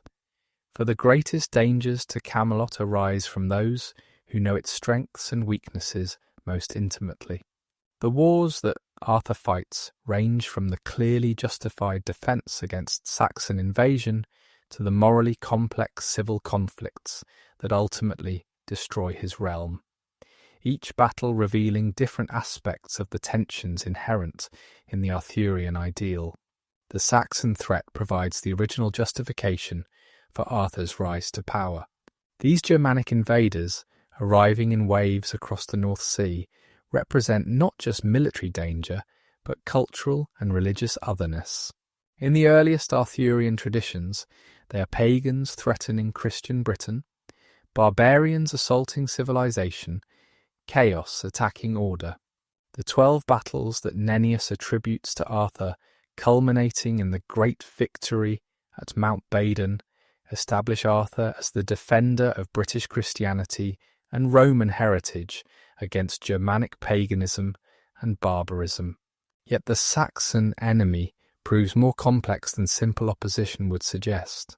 Many Saxons have been in Britain for generations by Arthur's time, intermarrying with the British, adopting their customs, converting to their religion.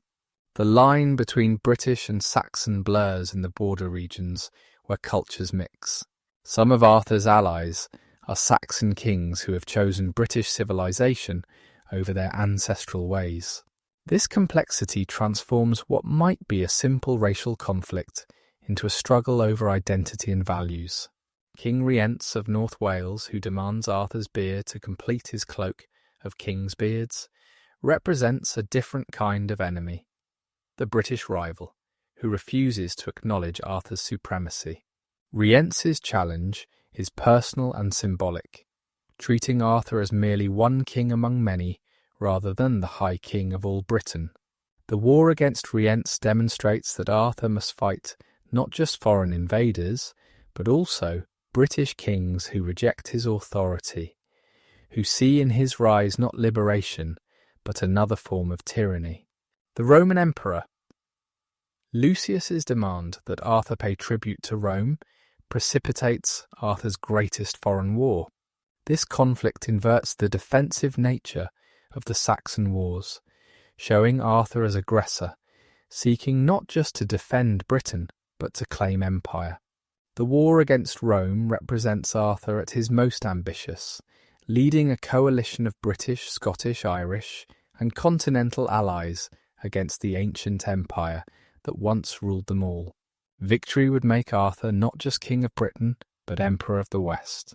The campaign in Gaul shows Arthur as military genius, defeating Roman armies through superior tactics and the superhuman prowess of his knights.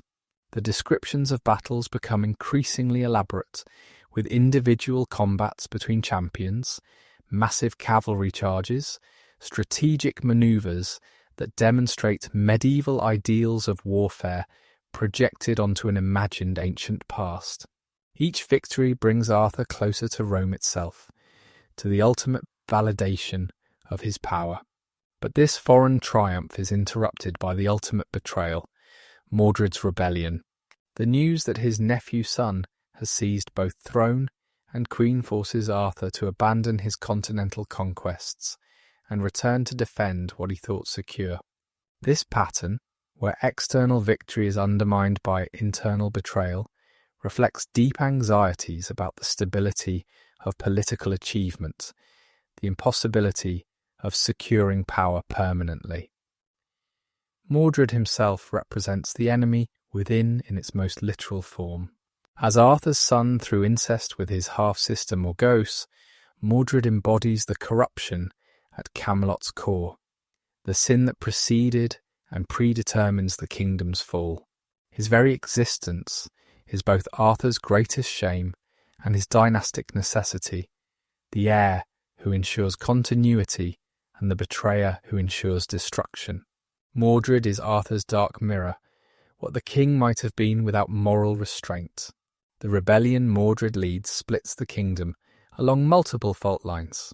Those who support him include opportunists seeking advancement, traditionalists who never fully accepted Arthur's reforms, younger knights resentful of the older generation's dominance, and Saxons eager to revenge their earlier defeats.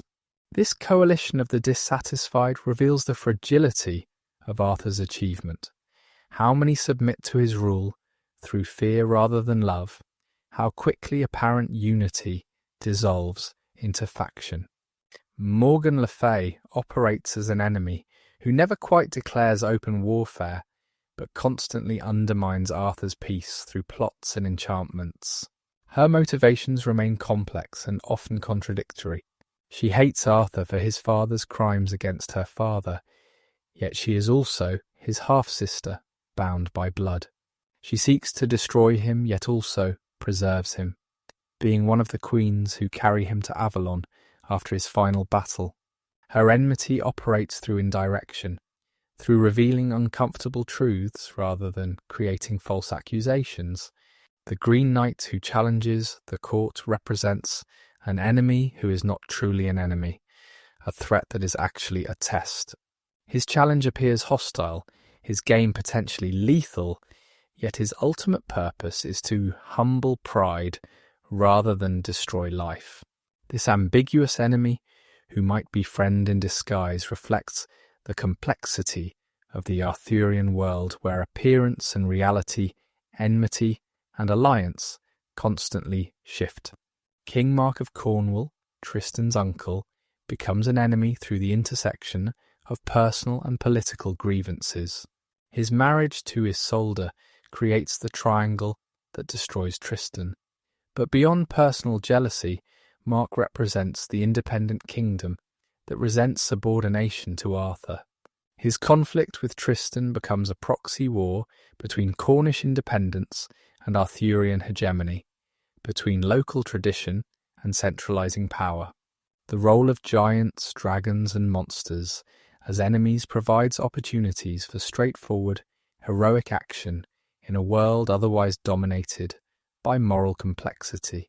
When Kay fights the giant of Mont Saint-Michel, when Arthur battles the dragon of the wastelands, when Tristan defeats the Morholt, the moral clarity of these conflicts provides relief from the ambiguities of human conflict.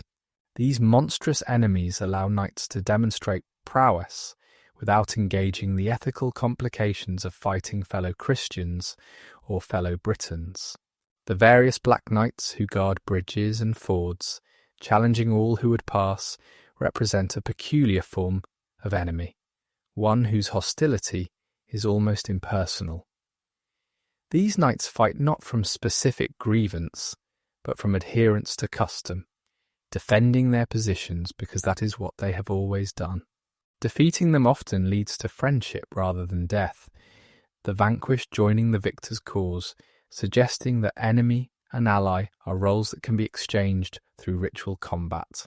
The religious dimension of Arthur's wars becomes increasingly prominent in later versions. The Saxon enemy is explicitly pagan, worshipping Woden and Thor, practicing human sacrifice, representing not just political, but spiritual threat. Arthur's victories become crusades, spreading Christianity through the sword.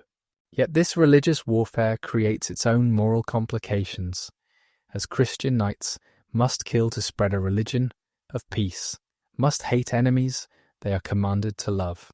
The economic basis of warfare in Arthur's world, rarely explicitly discussed but always present, involves the extraction of tribute, the control of trade routes, the distribution of plunder.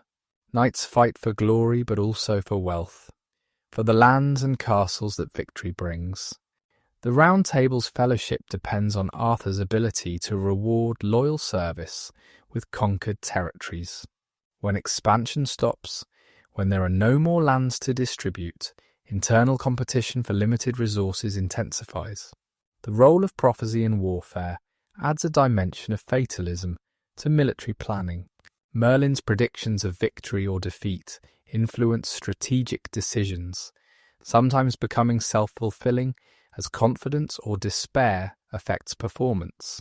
The knowledge that Arthur is destined to fall at Camelot shapes the final battle, as both sides fight with the desperate intensity of those who know the end approaches. This foreknowledge transforms warfare from a contest of strength and strategy to the playing out of predetermined fate. The treatment of prisoners and the defeated reveals the tension between chivalric ideal and practical necessity. The code demands mercy for those who yield, ransom rather than execution for noble prisoners, protection for non-combatants.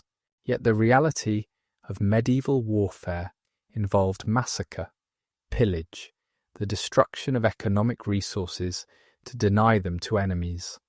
The Arthurian romances navigate this tension by generally showing Arthur's forces as merciful and their enemies as cruel, though exceptions complicate this simple morality.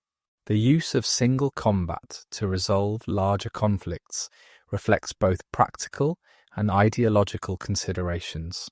When Arthur fights King Pellinore, when Gawain fights Lancelot, these individual battles carry the weight of armies, deciding through personal prowess what might otherwise require massive bloodshed. This reduction of war to individual combat elevates the importance of the knight while diminishing the role of common soldiers, making warfare a matter of elite performance rather than mass action. The golden towers of Camelot do not fall to foreign invasion or supernatural catastrophe, but crumble from within, brought down by the very virtues that raised them. The destruction of Arthur's kingdom unfolds with the inexorable logic of Greek tragedy, each step following necessarily from the last, each character acting according to their nature, each virtue becoming a fault when pushed to its extreme.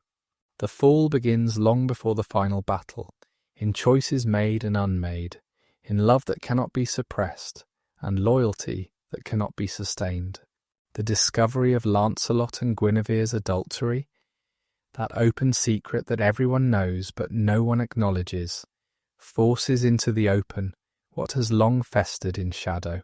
Agravain and Mordred, motivated by different hatreds, but united in purpose, orchestrate the revelation that Arthur can no longer ignore. They trap Lancelot in the Queen's chamber, creating a situation where private sin becomes public scandal, where personal failing becomes political crisis. The violence of Lancelot's escape, cutting down 13 knights, including the unarmed Agravain, transforms him from secret sinner to open rebel. Blood has been shed within Camelot itself, the sacred space of fellowship violated by fratricidal violence. The bodies of Round Table knights lie dead at the hands of their greatest champion, killed not in honourable combat, but in desperate flight. This slaughter within the court's very heart breaks something that cannot be repaired.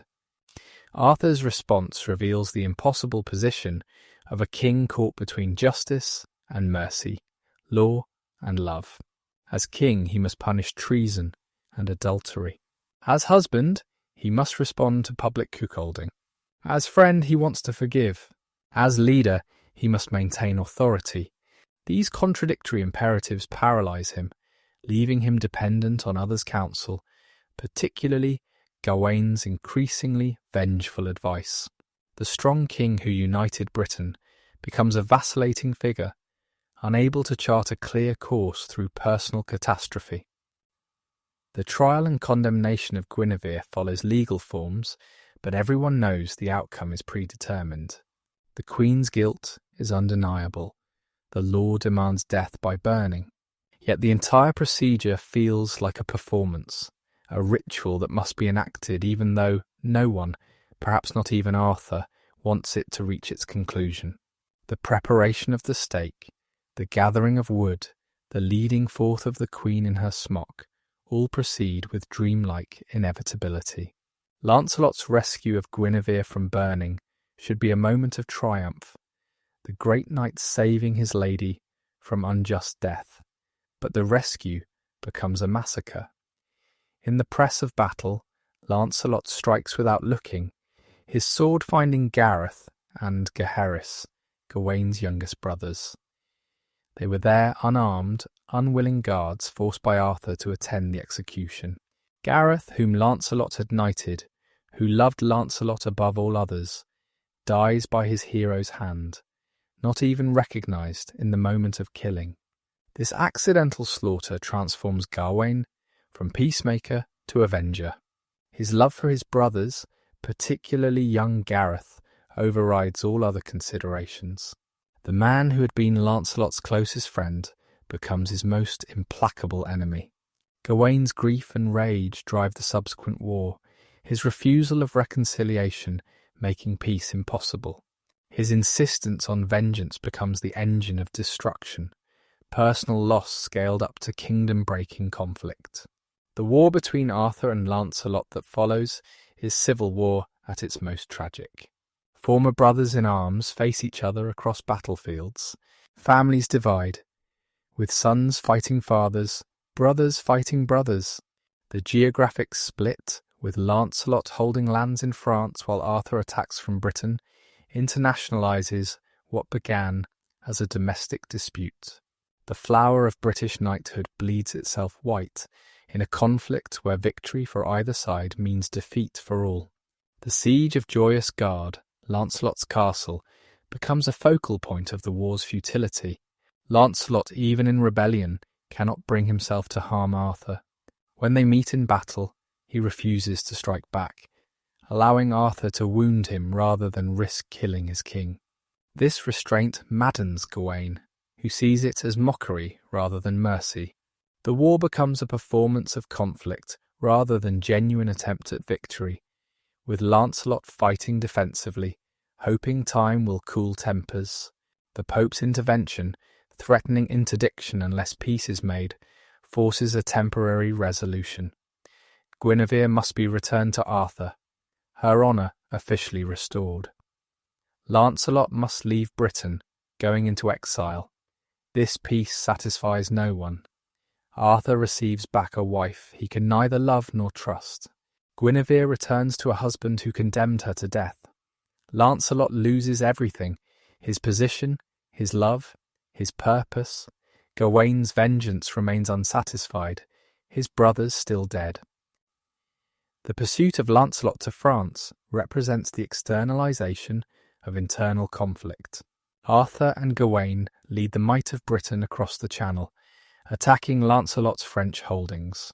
This foreign war for personal vengeance abandons Britain to Mordred's regency, creating the opportunity for ultimate betrayal. The kingdom's best warriors fight each other abroad while corruption spreads at home. The single combats between Gawain and Lancelot during the French campaign concentrate the entire war into personal confrontation. Gawain, with his supernatural strength that triples at noon, seems unstoppable. But Lancelot, the greatest knight, endures until Gawain's power wanes, then defeats but doesn't kill him. This pattern repeats, Gawain challenging, Lancelot wounding but not slaying, neither able to end the cycle of challenge and response. Mordred's rebellion begins with false news of Arthur's death, a lie that might wish itself into truth. He claims the throne as Arthur's heir, arguing necessity rather than ambition. The ease with which he gains support reveals the fragility of Arthur's authority once personal presence is removed. Many nobles prefer a present usurper to an absent, legitimate king. The kingdom splits again, this time between those loyal to Arthur's memory and those embracing Mordred's reality. Mordred's attempt to marry Guinevere adds personal insult to political injury. The queen, whether from cunning or desperation, appears to accept, then flees to the Tower of London, barricading herself against both usurper and returning husband.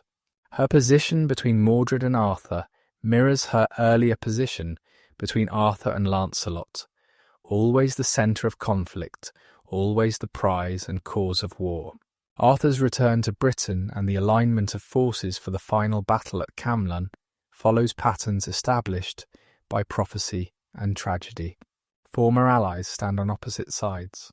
Gawain, dying from wounds Lancelot gave him, writes a final letter forgiving his former friend and begging him to aid Arthur. But the letter arrives too late. The armies gather on Salisbury Plain, or perhaps in Cornwall, the location varying but the outcome constant. The night before the battle, Arthur dreams of Fortune's wheel, seeing himself raised high, then cast down into a pit of serpents. Gawain's ghost appears, warning him to delay battle until Lancelot can arrive. These supernatural warnings might have changed history, but a snake, that symbol of original sin, triggers the catastrophe. When a knight draws his sword to kill the serpent during negotiations, both armies assume treachery and charge. The Battle of Camelot becomes not strategic combat but mutual annihilation. The flower of British knighthood destroys itself in a day of slaughter that leaves barely anyone alive to tell the tale. Fathers kill sons, brothers kill brothers. The bonds of kinship and fellowship dissolve in blood. The field becomes a charnel house where the ideals of chivalry drown in mud and gore. The final confrontation between Arthur and Mordred concentrates all the kingdom's conflicts into a single exchange of blows. Arthur, seeing his son enemy across a field of corpses, charges with his spear. The weapon pierces Mordred through, but with his death stroke, Mordred splits Arthur's skull with his sword. Father and son, king and traitor, past and future, die together, their blood mixing on the ground that has drunk so much already. The aftermath of Camelot is silence and sorrow. Bedivere, one of the few survivors, carries the dying Arthur to the waterside. The twice-repeated failure to throw Excalibur into the lake reveals how hard it is to let go of the symbols of earthly power. When he finally obeys and the hand rises from the water to catch the sword, the age of Arthur officially ends. The magic returns to the other world from which it came. The three queens who arrive in a barge to carry Arthur to Avalon represent the feminine powers that shaped his story from the beginning. Morgan le Fay, his enemy and sister, the Queen of Northgales, the Queen of the Wastelands, these figures from the margins of his story preside over its conclusion. They take him to Avalon for healing, though whether he dies or sleeps, whether he will return or has passed forever, remains ambiguous. Guinevere's retreat to the nunnery at Amesbury represents a different kind of ending. She doesn't die dramatically, but lives on in penance, her beauty fading, her passion transformed into prayer. When Lancelot finally comes to her, she refuses to see him, choosing God over the love that destroyed a kingdom. Her rejection of the world that made her its centre becomes her final act of agency.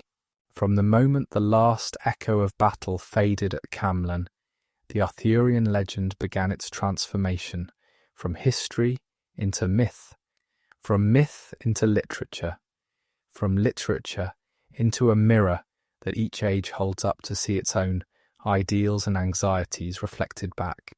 The story that began in the ruins of Roman Britain has been retold in every century since, each retelling adding layers of meaning, each new author finding in Arthur's rise and fall a vehicle for exploring their own time's preoccupations with power, love, loyalty, and loss. The medieval period saw the Arthurian legend spread across Europe like wildfire, each culture adapting the stories to its own traditions and values. In France, the Romans' courtois transformed Arthur's warriors into paragons of courtly love, their battles becoming secondary to their emotional refinements. German poets like Wolfram von Eschenbach deepened the spiritual dimensions, making the Grail quest a journey toward divine union. Italian writers added philosophical complexity, while Spanish and Portuguese authors emphasized honor and religious devotion. The alliterative Morte Arthur, composed in Middle English during the 14th century, presents Arthur as an epic warrior king in the tradition of ancient heroes. This version emphasizes military glory and tragic grandeur, with Arthur's continental campaigns described in loving detail. The poem's Arthur is both admirable and terrible, a conqueror whose ambition leads inevitably to destruction. The wheel of fortune that appears in Arthur's dream becomes a central metaphor for the rise and fall of earthly glory. Sir Thomas Malory's Le Morte d'Arthur, completed in prison around 1470, created what would become the definitive English version of the legend for centuries. Malory, a knight himself who lived through the chaos of the Wars of the Roses, brought to the stories a keen understanding of how political violence destroys social bonds. His work synthesizes the French Romance tradition with English historical chronicles, creating a comprehensive narrative that follows Arthur from conception to death. Malory's genius lies not just in compilation but in psychological penetration. His characters struggle with contradictions that make them deeply human. Lancelot wants to be the perfect knight, but cannot overcome his love for Guinevere. Gawain values family loyalty above all, but this very loyalty makes him an agent of destruction. Arthur seeks justice, but finds that perfect justice is impossible in an imperfect world.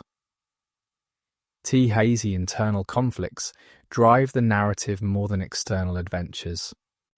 The printing press, arriving in England just in time to disseminate Malory's work, transformed the Arthurian legend from a story told in courts and monasteries to one available to anyone who could read or listen to others read.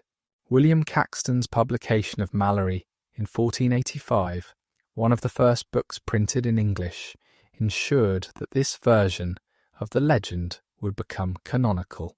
Caxton's editorial decisions, including the division into books and chapters and the title Le Morte d'Arthur, shaped how subsequent generations would encounter these stories. The Renaissance brought new skepticism about Arthur's historical reality, while simultaneously finding new uses for his legend.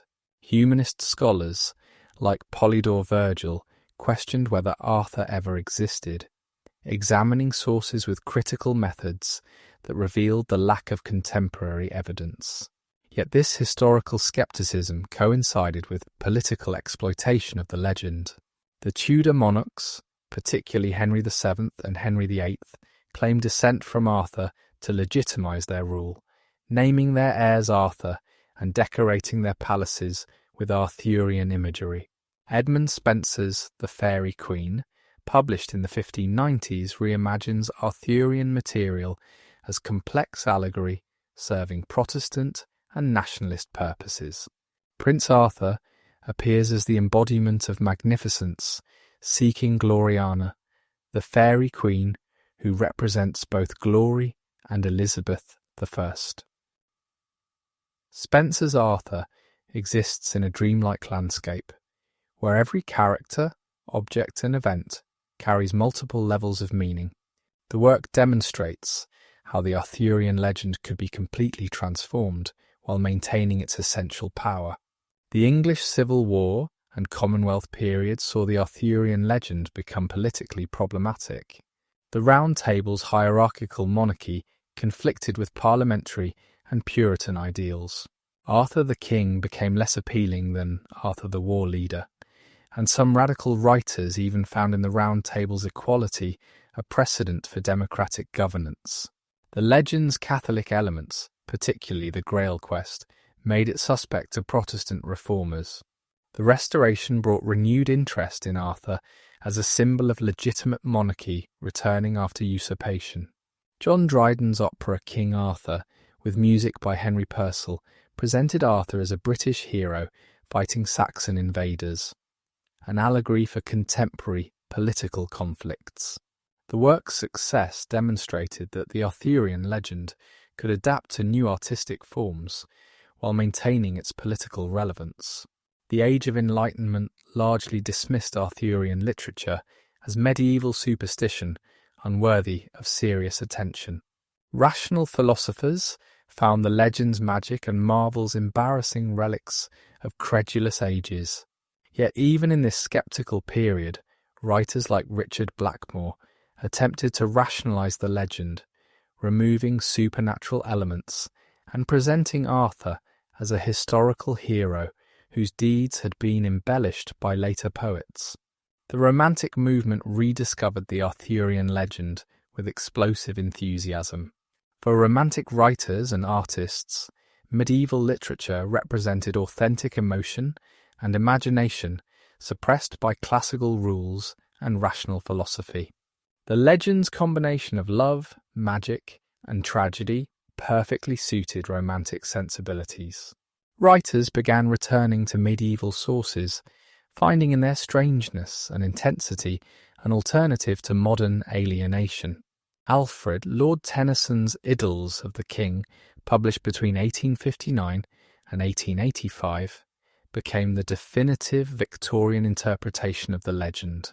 Tennyson transformed the medieval stories into a meditation on moral failure and social decline that spoke directly to Victorian anxieties about progress and degeneration. His Arthur is almost impossibly noble, his Camelot a perfect society destroyed by human weakness. The work's pessimism about human nature contrasts sharply with Victorian optimism about progress. Tennyson's psychological complexity and moral seriousness elevated the Arthurian legend to high literary status. His Lancelot struggles with genuine moral anguish, his Guinevere experiences deep remorse, his Arthur maintains dignity even in defeat. The poems explore how individual moral failures cascade into social catastrophe, how the best intentions can produce the worst outcomes, how idealism itself can become a form of blindness. The pre-Raphaelite brotherhood found in Arthurian legend perfect subjects for their aesthetic programme. Dante Gabriel Rossetti, Edward Burne-Jones, and William Morris created paintings, poems, and decorative arts that emphasised the legend's beauty and sensuality. Their medieval revival wasn't archaeological, but imaginative, creating a dream Middle Ages more beautiful and meaningful than modern industrial society. William Morris's The Defence of Guinevere presents the Queen defending herself with psychological realism that strips away romantic idealisation. His Guinevere is neither simply guilty nor innocent, but complex, driven by emotions she doesn't fully understand, trapped in situations she didn't create. Morris's medieval socialism saw in Arthurian fellowship an alternative to capitalist competition, though he recognised the legend's tragic demonstration of that fellowship's failure. Mark Twain's A Connecticut Yankee in King Arthur's Court, published in 1889, uses time travel to create satirical collision between medieval romance and modern technology. Twain's protagonist attempts to modernise Camelot with disastrous results, suggesting that technological progress without moral progress leads to greater destruction. The novel critiques both medieval superstition and modern arrogance, finding in the Arthurian setting a laboratory for exploring American anxieties about progress and power. The early 20th century brought scholarly editions of medieval texts and archaeological investigations of Arthurian sites, attempting to separate historical truth from literary fiction. Yet this scholarly demythologizing coincided with popular culture's enthusiastic embrace of Arthurian romance. Silent films, pulp magazines, and children's books spread simplified versions of the legend to mass audiences. T.H. White's The Once and Future King, published between 1938 and 1958, reimagines the legend for an age that had experienced mechanized warfare and totalitarian ideology. White's Arthur attempts to replace might makes right with law and justice, only to discover that law itself can become a form of tyranny. The work's anachronisms and humour mask profound meditation on power, violence, and the possibility of creating just societies. White's influence on subsequent Arthurian literature cannot be overstated. His psychological realism, his mixture of comedy and tragedy, his treatment of Arthur's education by Merlin as philosophical preparation for kingship, all became standard elements in later retellings. The musical Camelot, based on White's work, created a vision of Arthurian perfection that became cultural shorthand for lost idealism, particularly after President Kennedy's assassination. The feminist movement brought new attention to the legend's female characters, previously marginalized or demonized in male-centered narratives. Marion Zimmer, Bradley's The Mists of Avalon, retells the entire legend from the perspectives of its women, transforming Morgan from villain to protagonist, presenting the conflict between Arthur's Christian kingdom and older matriarchal paganism. This reversal of perspective revealed how thoroughly masculine the traditional legend had been and opened space for alternative interpretations. Contemporary fantasy literature has found endless inspiration in Arthurian material, sometimes retelling the traditional story, sometimes using its elements in entirely new contexts. Urban fantasy places Arthurian magic in modern cities. Space opera translates the round table to galactic scope. Historical fiction attempts to reconstruct the real Arthur behind the legend. Each transformation demonstrates the legend's adaptability and continued relevance. Film and television have made the Arthurian legend globally accessible, from the spectacular medievalism of Excalibur to the comedic irreverence of Monty Python and the Holy Grail. Each adaptation makes choices about what to emphasize, what to modernize, what to maintain from tradition. The visual medium's need for concrete imagery transforms the legend's ambiguities into specific interpretations that then influence how audiences imagine the stories. Video games have made the Arthurian legend interactive, allowing players to become knights, to make choices that affect the kingdom's fate, to experience the legend from within rather than as observers. This participatory engagement creates new relationships with the material, new ways of understanding the moral complexities and tragic inevitabilities that drive the narrative. The academic study of Arthurian literature has revealed the legend's incredible complexity, the way each retelling responds to previous versions while addressing contemporary concerns. Scholars trace influences across languages and centuries, showing how the legend serves as a continuous conversation about fundamental human concerns that transcends temporal and cultural boundaries. Modern archaeology continues to search for historical Arthur, excavating sites associated with the legend, analysing place names and battle sites, trying to correlate literary accounts with material evidence. Each discovery that might relate to Arthur generates excitement far beyond academic circles, demonstrating the continued desire to find historical truth behind the legend, to prove that Camelot, in some form, was real. The New Age movement has embraced Arthurian legend as spiritual teaching, finding in the Grail quest a guide to personal transformation, in Merlin's wisdom, ancient knowledge relevant to modern seekers. This spiritual interpretation, while often historically questionable, demonstrates the legend's capacity to provide meaning and guidance across different belief systems. And so we come to the end of our long journey through the mists of Arthurian legend, though in truth this story has no real ending. Like the once and future king himself, who lies sleeping in Avalon, awaiting Britain's hour of greatest need, these tales wait eternally to be rediscovered, reinterpreted, and retold by each new generation that finds in them mirrors of their own hopes and fears, their own struggles between ideal and reality.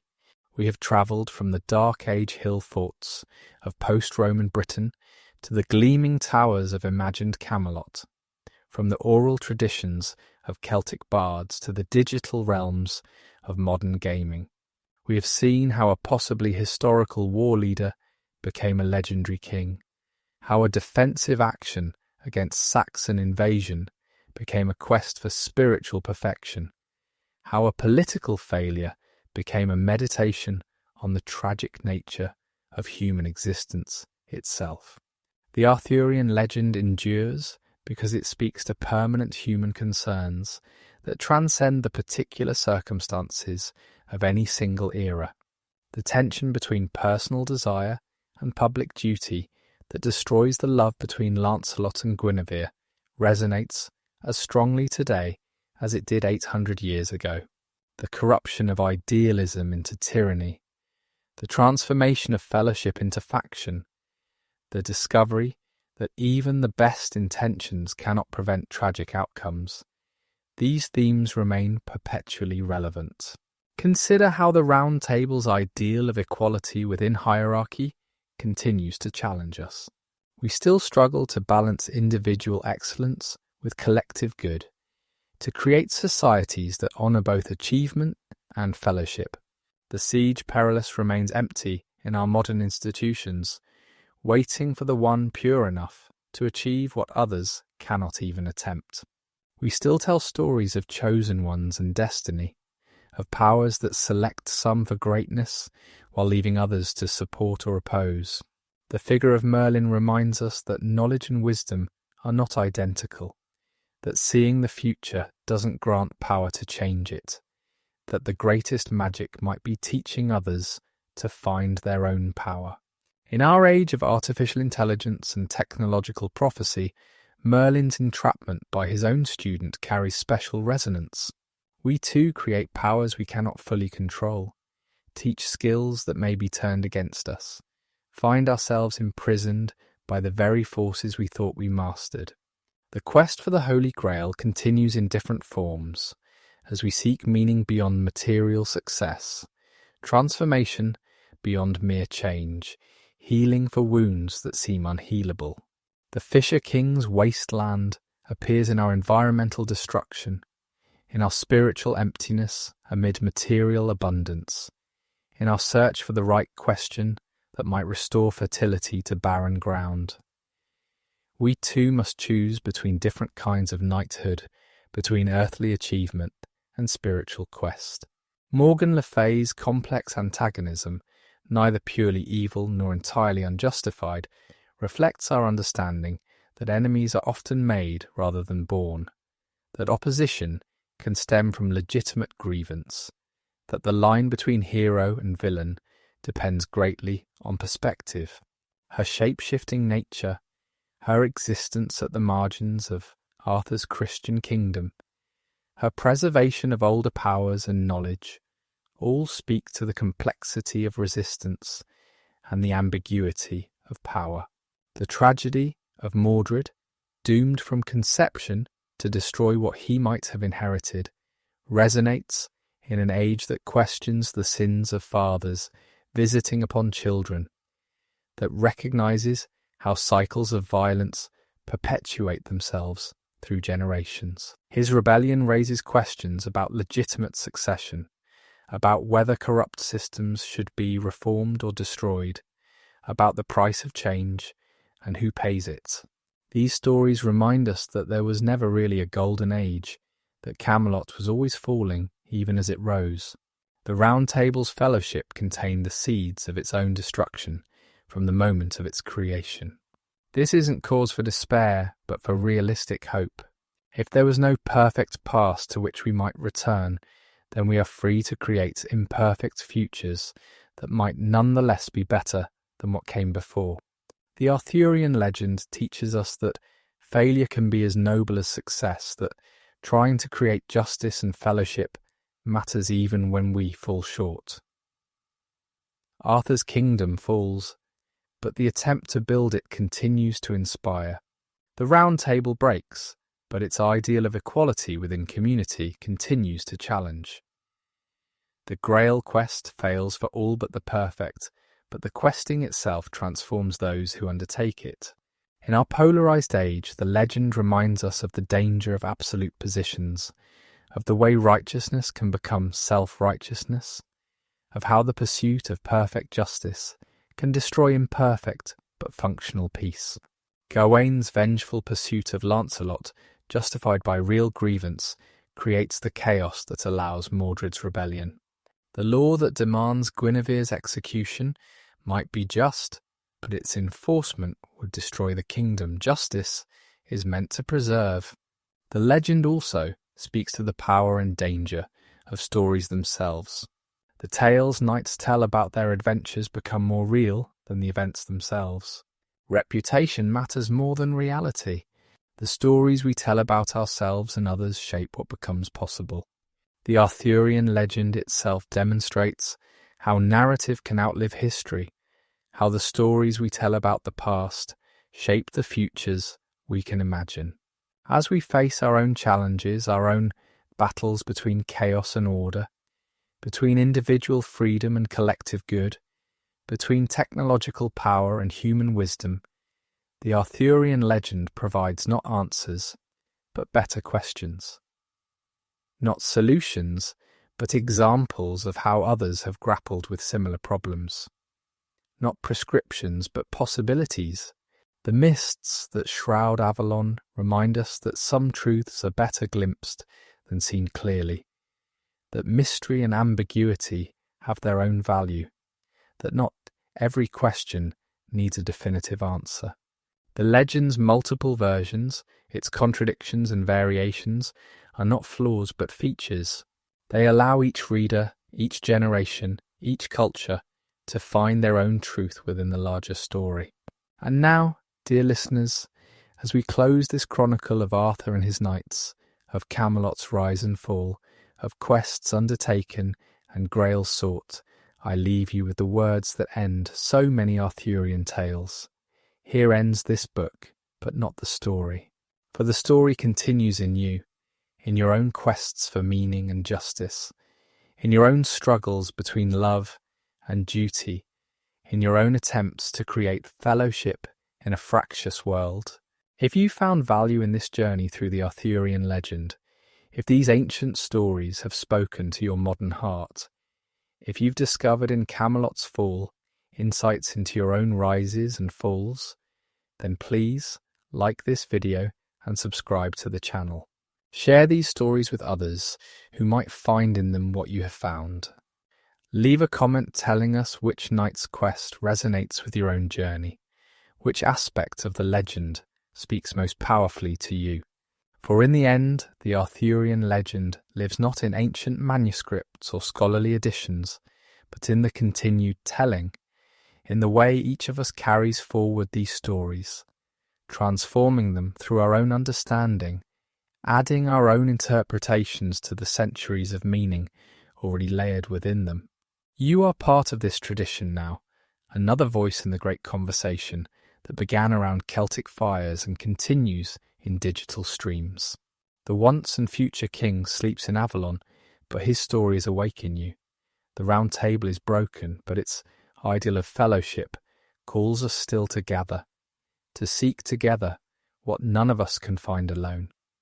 The Grail remains hidden, but the quest continues, and in the questing itself we might find transformation we didn't know we sought. Thank you for joining me on this journey through the mists of time and legend. Until we meet again, in other stories, other quests, other explorations of the dreams and nightmares that shape our human experience, remember that you too are part of the great story, that your choices matter, that your quest, however humble, adds another thread to the great tapestry of human meaning-making that the Arthurian legend represents. Farewell, fellow travellers, and may you find your own Camelot, defend it as long as you can, and when it falls, as all Camelots must fall, may you carry forward its best ideals to build anew, knowing that the attempt itself is noble, that the quest itself is holy, that the story itself, continued through centuries and across cultures, is the real magic, the true Grail, the eternal return of the once and future king.